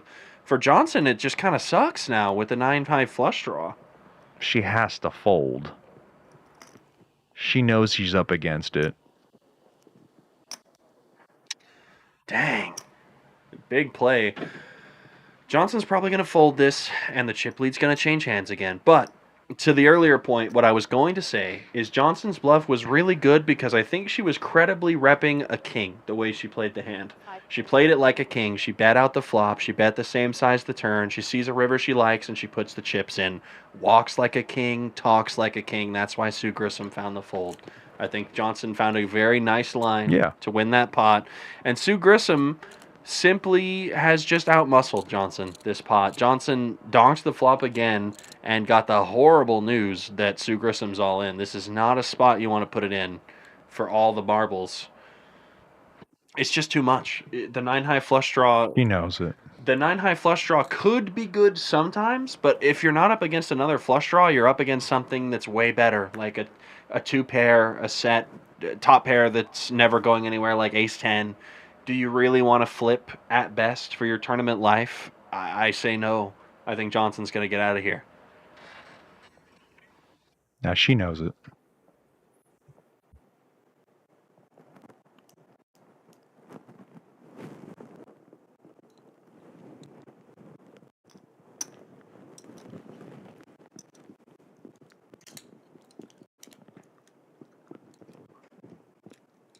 She's trying to talk herself into a call, and it's I want to say talking in her head, but she knows the deeper voice and the deeper rationalization is to get out of the way, and she does. Because, you know, I did make some remarks earlier in the show. I was like, okay, come on, like, just give it up now. Like, I think in this situation, you know, heads up, 9-high flush draw. There was a lot more hand and a lot more thought process there. So nicely done from Grisham, and obviously, you know, a tough fold for Johnson there, but of course the correct one. Meow with this heads up. Claws are out. They are going after each other, showing bluffs, blasting it all in with blatant disregard for the other. This is a scrappy heads up match, and one of our first open folds incoming. 94 offsuit finds the muck. So I was talking about Laurie, and we're talking about a certain jack and a 3 perchance. Right.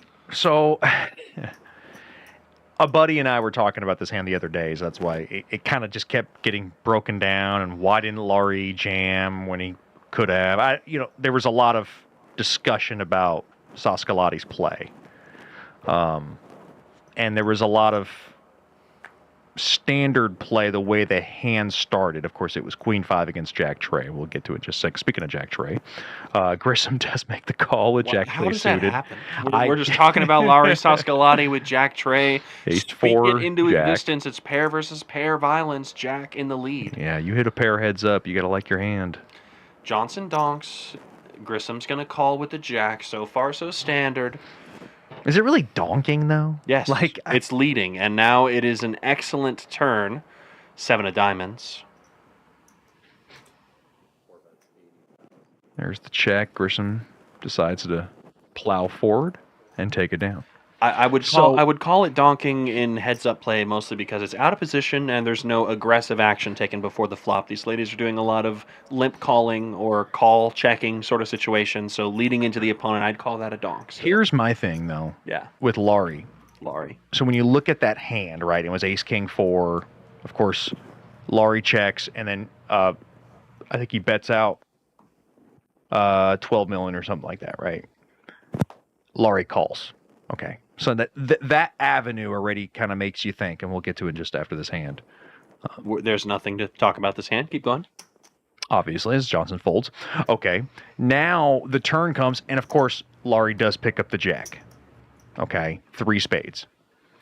In my opinion, when I was watching it live, I wanted Laurie to bet out. I wanted him to change the thought process, put a bet. If Jumalon comes over the top, it's an easy fold. Then you know where you're at. People were waiting for Saskalati to check, Jumalon bets, and then him come over the top. I think that move is a little bit more audacious for Saskalati's repertoire, so to speak. I would have liked to bet on the turn, then you know where you're at. And I think he could have got out of, obviously calling the 180,000 on the river, which was, obscure. We still see more PvP. Pair versus pair. Again, bottom pair for Johnson, top pair for Grissom. Johnson bets and Grissom calls. Where have I seen this story before? At least 3 other times so far in this heads-up match. Right. And it's not good whenever you're heads up and you're running into bigger pairs constantly. It's hard to make a pair in this game. And now a tray. Even harder to make 2 of them, which is what Johnson's going to need to win this pot. And she's continuing to bet. I don't know if I love this per se. You're still ahead of high cards and some draws, but I don't think these bets accomplish much. Your opponent's not folding. Your opponent's calling with everything better. I don't know what this will do for Johnson's hand. Sue Grissom's got a jack and a 5. She's not folding. It makes sense. 2 big blind bet, 2 big blind call, and Johnson's chip stack erodes to dust. Scary card on the river, though. It's another over. Here comes Johnson. Johnson has, and credit to her in the way that she's repeated this same creative line where it's gone same bet, big bet on river, kind of representing that top pair plus portion of her range. And it's going to put Grissom in the blender, but this time's different because it's not a jam. It's just a 6 big blind bet. It's very different. So I think Grissom's going to find the call. I think it's possible she finds the call. I won't be mad if she folds, but I think it's problem I have with Grissom's hand is the 5 kicker. But in heads up play, it doesn't matter enough. It doesn't make sense. Grissom calls. She sniffs out the line. And nicely done. Bad news for Johnson. She has chipped very far down to 190. Sue Grissom north of a milli for the first time. So what do you think? I mean, I had a discussion with one of my good buddies about this hand. I'll call him out on air just because I respect him a bunch. WSOP bracelet winner Samuel Rossborough. Oh, okay. Him and I had a conversation about this hand. He actually made a great point that I think is interesting. Either Laurie's call is horrible, or by that same logic, his call on the turn is world class. Think about it. Jumalon's overbet is essentially repping made flushes or a dry flush draw. So Jack X is ahead of that portion of the range on the turn. The river is a different discussion entirely, but the turn call I actually respect. There's the jam from Johnson with King Jack suited. I disagree with that, by the way. We'll get to that after this hand. Well, I don't know if I disagree with that. We got action. It don't matter. It's a call? Sue Grissom's got a suited queen. Yes, sir, go. it's a call. And we've got all the action. King Jack versus Queen 7. If Queen 7 can crack it, we've got a winner. And if Johnson can hold, for the title, play on. 9-9-4. Now an 8. And a 10 on the river. King Jack is good. Johnson narrows the gulf. 2-1 chip lead now for Grissom. Still life in this heads-up match. So I'm not saying I disagree with that. It's not. And I just think that Saskalati put himself in a more difficult position when he didn't want to lead out on the turn. Which is fine. I think that's... Do you see where I'm getting at? Sure. With if he puts a bet, then Jumalon comes over the top, it's an easy fold. Yeah, so he's putting himself in a more favorable position and not getting caught in a blender. I mean, he was in a blender for way too long on the river. My point is that obviously I think the river call is never good. Also, the Johnson's all in again. Dead man's hand, suited. Grissom's out of there. Okay, Yeah. we keep going. I think that Saskalati's call on the turn actually makes a lot of sense when you think about the fact that Jumalon, in particular, fancy term, is over-polarizing his range. He's either already got the nuts or he's saying he's got a dry Queen of Spades type of hand.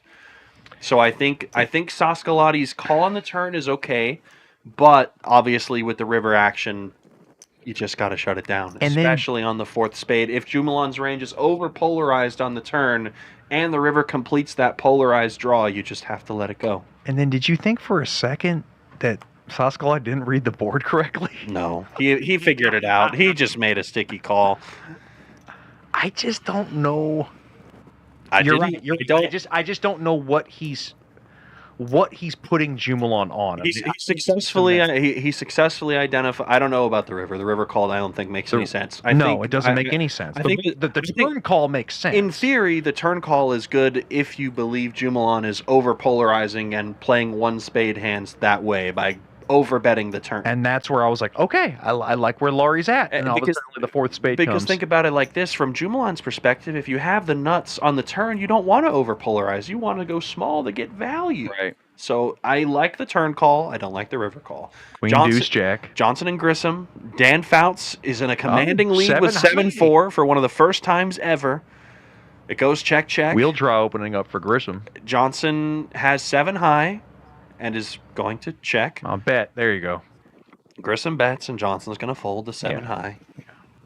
To the first aggressor goes the spoils. I don't know, but yeah, I mean, nonetheless, I mean, Laurie played a great World Series. The outcome of the hand is history, but interesting to talk about, I think, for any it is. Somebody had told me, let's forget about the river. I think that's where the whole discussion was his avenue, his thought process on the turn, or on the flop and the turn.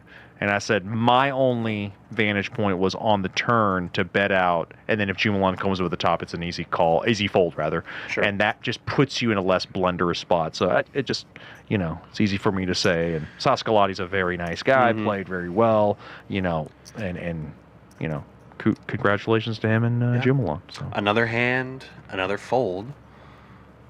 It's been an interesting heads-up match from that perspective. Obviously, we've seen one a bit bizarre raise from Johnson with the ace-queen, deciding to go 9.5 big blinds before the flop. Verbally announcing how monstrous your hand is. You'd like to keep it a little more underhanded than that, if you can. Grissom limp calls, the 5-4, Johnson just calling. So that's the thing about, and Grissom flops a 4, so we'll most likely to win this pot. See how it plays out. Johnson's taking her bet, really big bet value line, and it failed last time. I am not sure why this is attempted again on this board, given what happened last time. She saw Sue Grissom get sticky, and the queen is an excellent card for Grissom. 2 pair now for Less Grissom. likely that Johnson's got trips, or that queen for middle pair on the flop. Johnson shuts down the bluff. The river card will not deliver. Ooh, it's high card 7? Yeah, 7 high is high good. Card 7 is good for the pot. And Johnson thinks she's bluffing, but that's actually a value bet somehow. It's kind of funny. I was going to say, as far as the traditional, we're going to call it heads-up strategy, maybe we'll see it tomorrow for the main event final table. You'll usually see players with more aggressive raising and 3-betting before the flop, kind of with some mixed ranges, polar and otherwise. But right now it kind of feels like we're just basically a gentleman's agreement, let's get to a flop, and then see how things go from there so far. 6-2 suited for Johnson. Other than the one-off big raise with ace-queen or something like that. She gives it up. Surprised since it's suited, but nonetheless, let's go.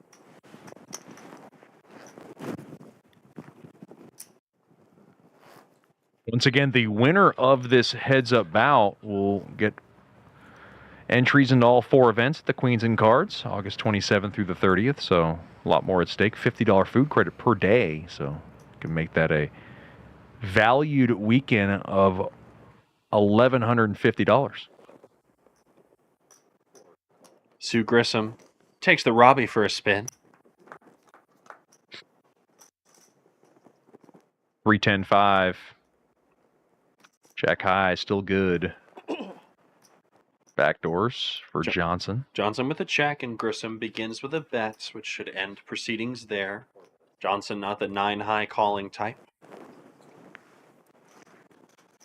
No 9-high like a boss. No. No, I don't think so. That's a pretty grounded Will Kassouf at the last main event. It's like somebody talked to him, you know? I think somebody talked to him. You think Jack Effel? I think Jack Effel talked to him. He said, buddy, get your head on straight. We're not doing this again. If you do it again, it'll be worse than last time. Yeah, you'll be done. And he said, okay. Thank you, Jack. The thing is, he's a really good poker player. Oh, yeah. Like, there's a lot of, like, this, like, oh, man, he can't. He's so classless. Here's the all-in from Queen 10 Johnson. All out from Grissom. But, yeah, no, he's a very good player. Did make it to day 3 of the main, so. You know who else made day 3 of the main? Who did? We're going to see him on Wednesday, Tish Money. Tish Money made day 3 of the main event, that's true. Yeah, he was 300 away from the money. Didn't make it, though, not quite. No. I still haven't played the main event yet. I thought that was on your bucket list. It is, yeah. Okay. You're going to play the main, too, at some point, yeah? How about we do it together? Sure. Sounds good. Okay. That'd be good. You want to do like a last longer? Yeah. No. I'm in. I'm not in. I'm not in. The snap refusal, I'm really? not in. Not even willing to try? Whoa. I'll let my production director bet on me. Whoa. We've got a big hand. King Jack offsuit is all in, and Grissom's got an ace. This is a good enough hand to call in a heads-up situation, especially when you've got the chip lead. Grissom's giving this a lot of thought. Chet, call me results-oriented, because I can see the cards, but this is a call. Here we go. And Grissom is going to do it. She's got the right hand to eliminate Johnson. Sue Grissom on the cusp. She's in the lead for the title. We need some lucky cards from Johnson, a king and a jack. This is a coin flip for all the chips. Chat with the call. Live, King 10-7. Johnson still looking for help. A 5 on the turn. Grissom 1 card away and a king on the river to keep Johnson alive. Nasty river card. And peeling it off. The chip lead is exchanged. Johnson regains it from Grissom. This heads-up match has flip-flopped at least 3 or 4 times. That's Boy, how close Grissom was to the $3,800 top prize in the trophy. I mean, a bad beat for Grissom because she really thought about it, but she made the right call and is punished by the poker gods. A cruel game. I hate to see that. And we play on with a new chip leader. So what are you thinking? Next year's main event, me and you? No. Oh, okay. I need a little more time than that. Come on now. Okay, we'll say 2030. Sure. Okay, that works. Yeah. I think 2030 is going to be a pretty historic main event. Why do you say so? It's just because it's a nice even year. The last time we had a year ending 0, there was a bit of an issue that prevented most major poker tournaments from running. So, dare I say, the 2030 main event will shatter records. Very, very playable. Queen Jack of Diamonds. Well, all in and not playable for Grissom, who folds. Yep.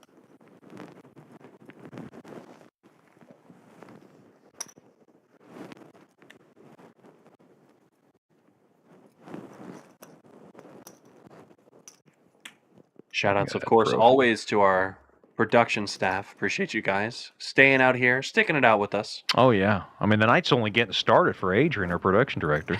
I hope that's not true. He's just gonna work through all the way up to the main tomorrow. That is unlikely. I hope they don't do that. He's got like batteries. It's just get another pair of batteries. Just keep going. Grissom limp calls with King 10. I think this is slightly a mistake. I think it's worth a raise. 7-4 gets there. But nonetheless, Johnson with King 3 high. She's going to check. Sue Grissom under-repped her hand before the flop. King 10 high, often good. We'll put out a wager of 2 bigs. And that is enough to win the pot all the same.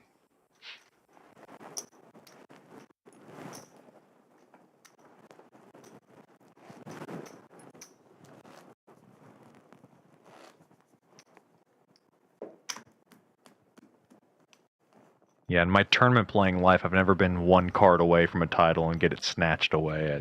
That is tough. I've Nasty. never had that, but I've seen it. It's tough.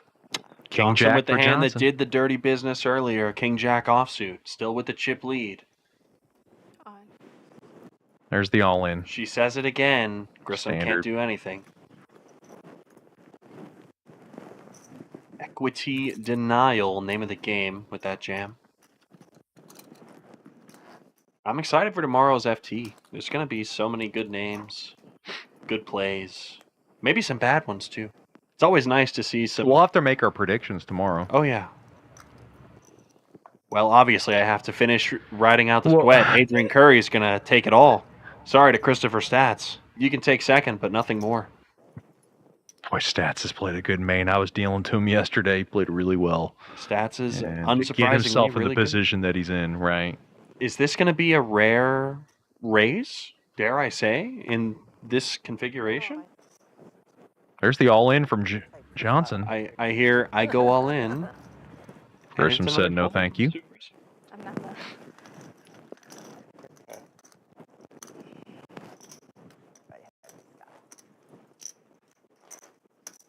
Johnson with the momentum on her side after winning that huge flip.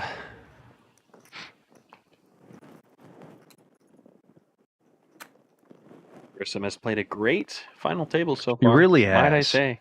Popped heads at every great turn. move. She's had some tough decisions. My favorite move of the night was easily that ace-8 jam earlier on in the tournament. I That was agree. Awesome. It was Han Fangesque. Oh, yeah. Fearless. ICM Masterclass. Johnson will call. Grissom is going to limp for sure this hand. They have not been raising their polar hand, so I expect nothing more to change. It'll just be a call. King 410. Pair for Johnson.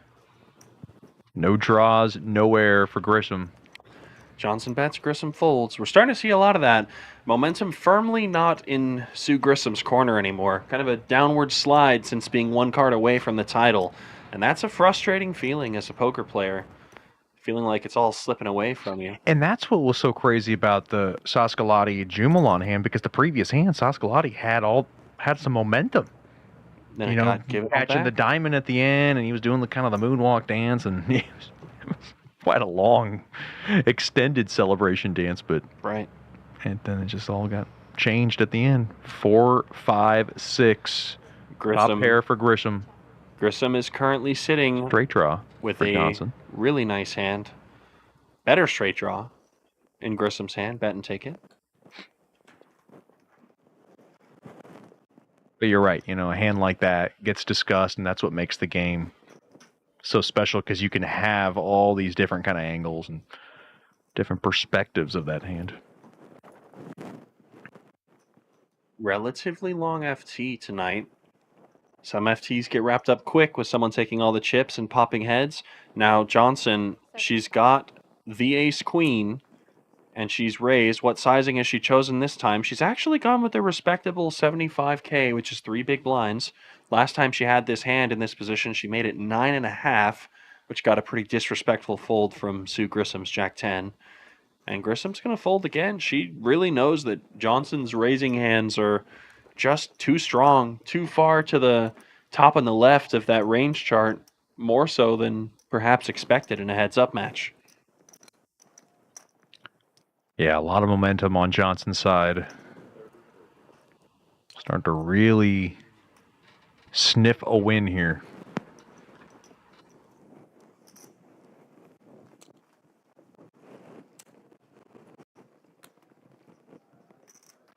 Of course, as a reminder, we are back. The lights are on at Champions Club, and we will be broadcasting the action at 12 p.m. Central Time. The players get cards in the air, and at 1 p.m. Central Time, the stream will do the same. The final 8 of the Summer Poker Open main event concludes tomorrow. Well, Chet and I with the call. To be technical, later on today. Nah, I know. Boo. It's a sleep later. It's tomorrow. I know. That's where we feel remorse for our production director, Adrian. That is just like... The best Not part, fair. The best part about your callouts is I know he hates when you talk about him on air, so it's even better. 3-7-10. It's a Couple of clubs. straight draw for Johnson. She's gonna bet it. Grissom's gonna fold. Pretty standard.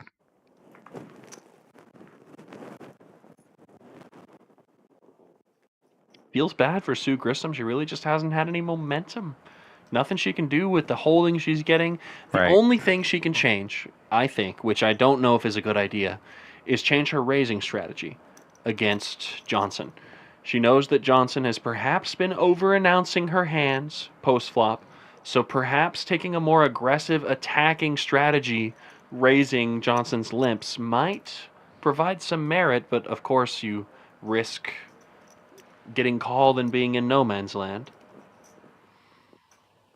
Or being all in at risk for your tournament life, which is not something Sue Grissom has had to do for quite some time. King 6 suited for Johnson. Clubs. This is one of those hands where it's probably good enough for a raise in theory, but Johnson and Grissom have just been electing for a call, and Grissom. Oh. Hey, I think I just put the bug in Sue Grissom's ear, because that's a nice play with a suited jack. She knows that Johnson's calling range is not protected. It hasn't been protected so far in this heads-up match. No strong hands have been limp called, and as a result, I don't think Johnson's going to find this call. I think she's letting this one go back into the muck. And this will be a nice pickup of chips. She's definitely giving it up. This is just bad chip accounting. You seem more peeved by these sorts of situations. Is it because you're a dealer? Like you don't like when players do this, knowing that they're not going to call? Yeah. No, I mean, come on. I mean, yes, you're gonna. I mean, I'm not annoyed. I mean, Quinn Johnson's a nice lady, and she's going through a tough decision. I mean, this is heads up for the title. But there is no way in this world that she is calling with that hand in that position. Am I right or wrong? You're right. Okay. It's just about how it's expressed, I guess. Yeah. Queens and Cards coming up August 27th through the 30th. An epic weekend for women in poker. $25K added to that main event prize pool. Mr. Helmuth dropped that in for us. I need like a verbal smack talk match between like Caitlin Komeski and Phil. I think wouldn't that just be great video? Popcorn theater right there. But you are right. We needed Abby Merck. That would have been nice.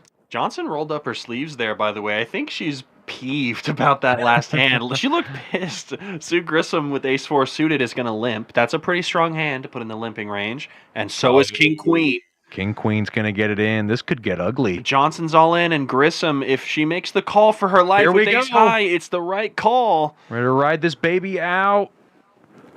As you like to say, uninterrupted. Chet Chaudhary with the post-flop call. Can Grissom get there and restore her chip lead? Grissom's all in. Johnson on the cusp now for the title. 3-10-7. Nothing for Johnson to look at. She needs a king or a queen. A 10 on the turn. Johnson looking for some paint. And it doesn't come through. Double paired board, and Grissom stays alive with ace high. She found paint last time, and she cannot find it again. Sue Grissom wrangles the chip lead back, and it's all because of the way that she's protected that range. She just limp called, which got the jam from Johnson, and Grissom was able to call it off with a strong enough hand like ace high. Well played. That's the power of protecting your call range. And might I remind you now, blinds are up 15-30-30. So buckle up. Urgency for Johnson to get the chips all in and go for this thing again. Sooner or later, the blinds are going to decide this bout. The ladies are going to have to keep getting it in. That's basically what it comes down to here. Disappointing for Johnson. Peeved after that last fold she had to make, even more so by doubling up her opponent Grissom. It's been a bloody heads-up match. Lead exchange time and time again. Shared a few smiles there. A lot of respect for one another.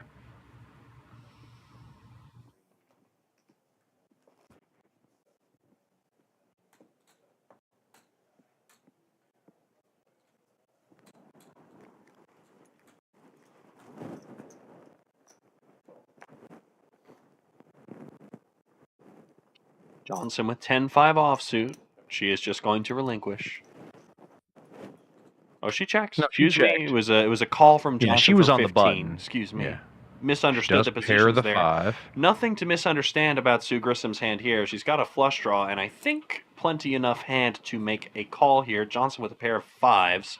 So we've got an old-fashioned flip, and Grissom calls with backdoor straight draws working in her favor as well. And that's one of those cards. Straight draw opens up for Grissom. Combo draw now. Johnson, does she want to continue with her story? Snap checks it back, and Grissom misses on the river. Can she apply pressure here to Johnson, might I wonder? And if so, how much? It's She 100K. missed her draws, and she throws a missile into the pot, and we'll take it down. She doesn't even think about it. She just gets the fold right away. Well, I mean, what's that, 4th pair? But, like, I mean, you got to at least give it some thought, right? Maybe, you know what? That's hindsight talking. I can see the cards. They can't. It's real tough, especially holding just a 10 and a 5. It's a good bet from Sue Grissom. And I think both women are getting a bit restless. I would be pretty restless, too. I mean, we're in the wee hours now. Ish. Not and we, ish. yeah, no, we are. Yeah, and we have another broadcast later today. You don't like the way that sounds, does it? No, Okay. it didn't sound very grateful. I'm grateful to be in the booth. I think this is good. It's a lot of fun. I enjoyed this. good. This is our first time back in a while since I this is the agree. TPO. Queen 10 of clubs. Excellent stuff. Good stuff for Grissom. Grissom is going to limp, and Johnson's got a suited king 4. Goes check, check. Thought this one could be in the all-in bucket, but... I thought. Oh, we've got a king on king the block. ace. Johnson rips it. Sue Grissom with queen high Yeah, and she got a backdoor club. backdoor with the, clubs the gutter Broadway to gutter. Broadway. It's a close enough, but I don't know if I'm calling here. I don't think she wants to give Johnson anything. Mostly because Johnson's jams have just been very value heavy, especially post flop, except for the one savage bluff she showed, obviously.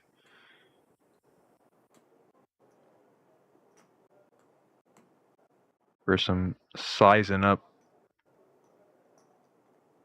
the call and what that would do to her stack. And there it is. She's going to make it. She does make the call. Gutter Johnson, ball, backdoor clubs, and wondering all if in. queen and 10 is good, and it's going to be all of it for the rest of the chips. Can she hold? And Sue Grissom once again on the precipice for this title. 6 on the turn. Diamonds now working for Johnson and the queen on the river. Hitting the pair of queens is simply not good enough for Sue Grissom. Johnson brings us back to basically even in chips, chat. We might be here a while. See, that one, I was on the fence of for Grissom calling. I do understand the call. It wasn't a lot It was a more. fancy type of call. Right. And her thought being maybe Johnson just has a 5 here, so queens and 10s are also outs. And if a queen and a 10 is an out, I think you actually should make that call. Backdoor clubs got shot, 2 overs to a 5, which is a very possible Johnson hand. Of course, she had the king.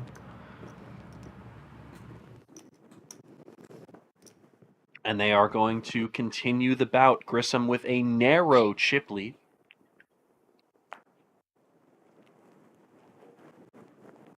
Johnson gives it up. We don't even see what it is. Not good, apparently.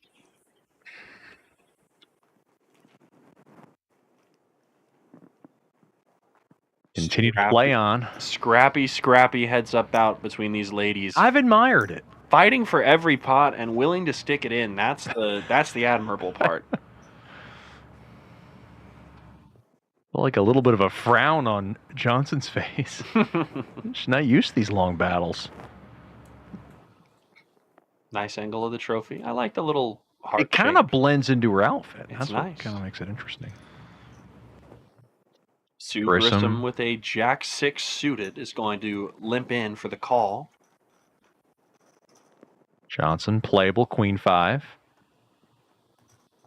We were talking about that was the hand that helped Lucas Jumelon win. And that's, Queen 5-4. That's a nasty flop for Johnson, who flops top 2 pair. Grissom with just backdoor draws. It goes check, check, and it's the gin turn. Gin turn. Whoa. Oh, this Johnson is checks. spooky. She checked it, and Grissom Grissom turned bets out. the universe combo draw, followed by a raise from Johnson There's to the raise. 200K. Grissom with a chance to end this baby. She's got 13 outs. Open-ended straight draw. She got the hearts working as well. And there it is. Sam Grissom with a chance. Grissom. Oh, she just called. She just makes the call in the river's And there's the the eight of eight. hearts. There's the hearts. It comes through. And now Johnson jams. Grissom calls. It's all over. Sue Grissom is your 2026 Summer Poker Open Ladies Event Champion.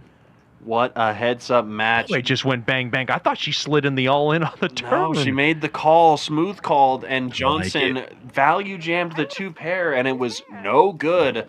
And that is all she wrote for these lovely ladies. Congratulations to both of them. Congratulations, of course, to Quinn Johnson and Sue Grissom. They played an excellent heads-up match. That was primetime television. Good work from them both in a scrappy bout. But at the end of it all, Sue Grissom gets the trophy, gets the glory, and will go home with that. Certainly makes it worth it. Yeah, the trophy would have looked better with Quinn Johnson's outfit just because of the color scheme. I think they talked about that. But Sue Grissom is the last woman standing. Congratulations, as she'll take the top prize of $3,800. Quinn Johnson finishes in second with a respectable $2,200 payout, and here are the rest of the payouts. Seidel in third place at $1,300. Lowry at $1,000. Vera got fifth place for $800. Goulion in sixth place at $600, and then Saturn, Rook, and Dang go out seventh, eighth, and ninth respectfully for $100 apiece. That has been the call for the women's $10,000 guaranteed championship over here for the Summer Poker Open. Sue Grissom putting on an excellent performance from start to finish. You and I are going to be back here in just about 12 hours to call the main event final table chat. Looking forward to that. Can't wait to wrap it up and wrap up what's going to be a great main event coming up later on today. Be sure to join us 1 o'clock. That's Christopher McCauley. I'm Chet Chaudhary, and this has been Champions Poker Live. Have a good night, everybody. Play your hand, play your hand. No, counting the stacks.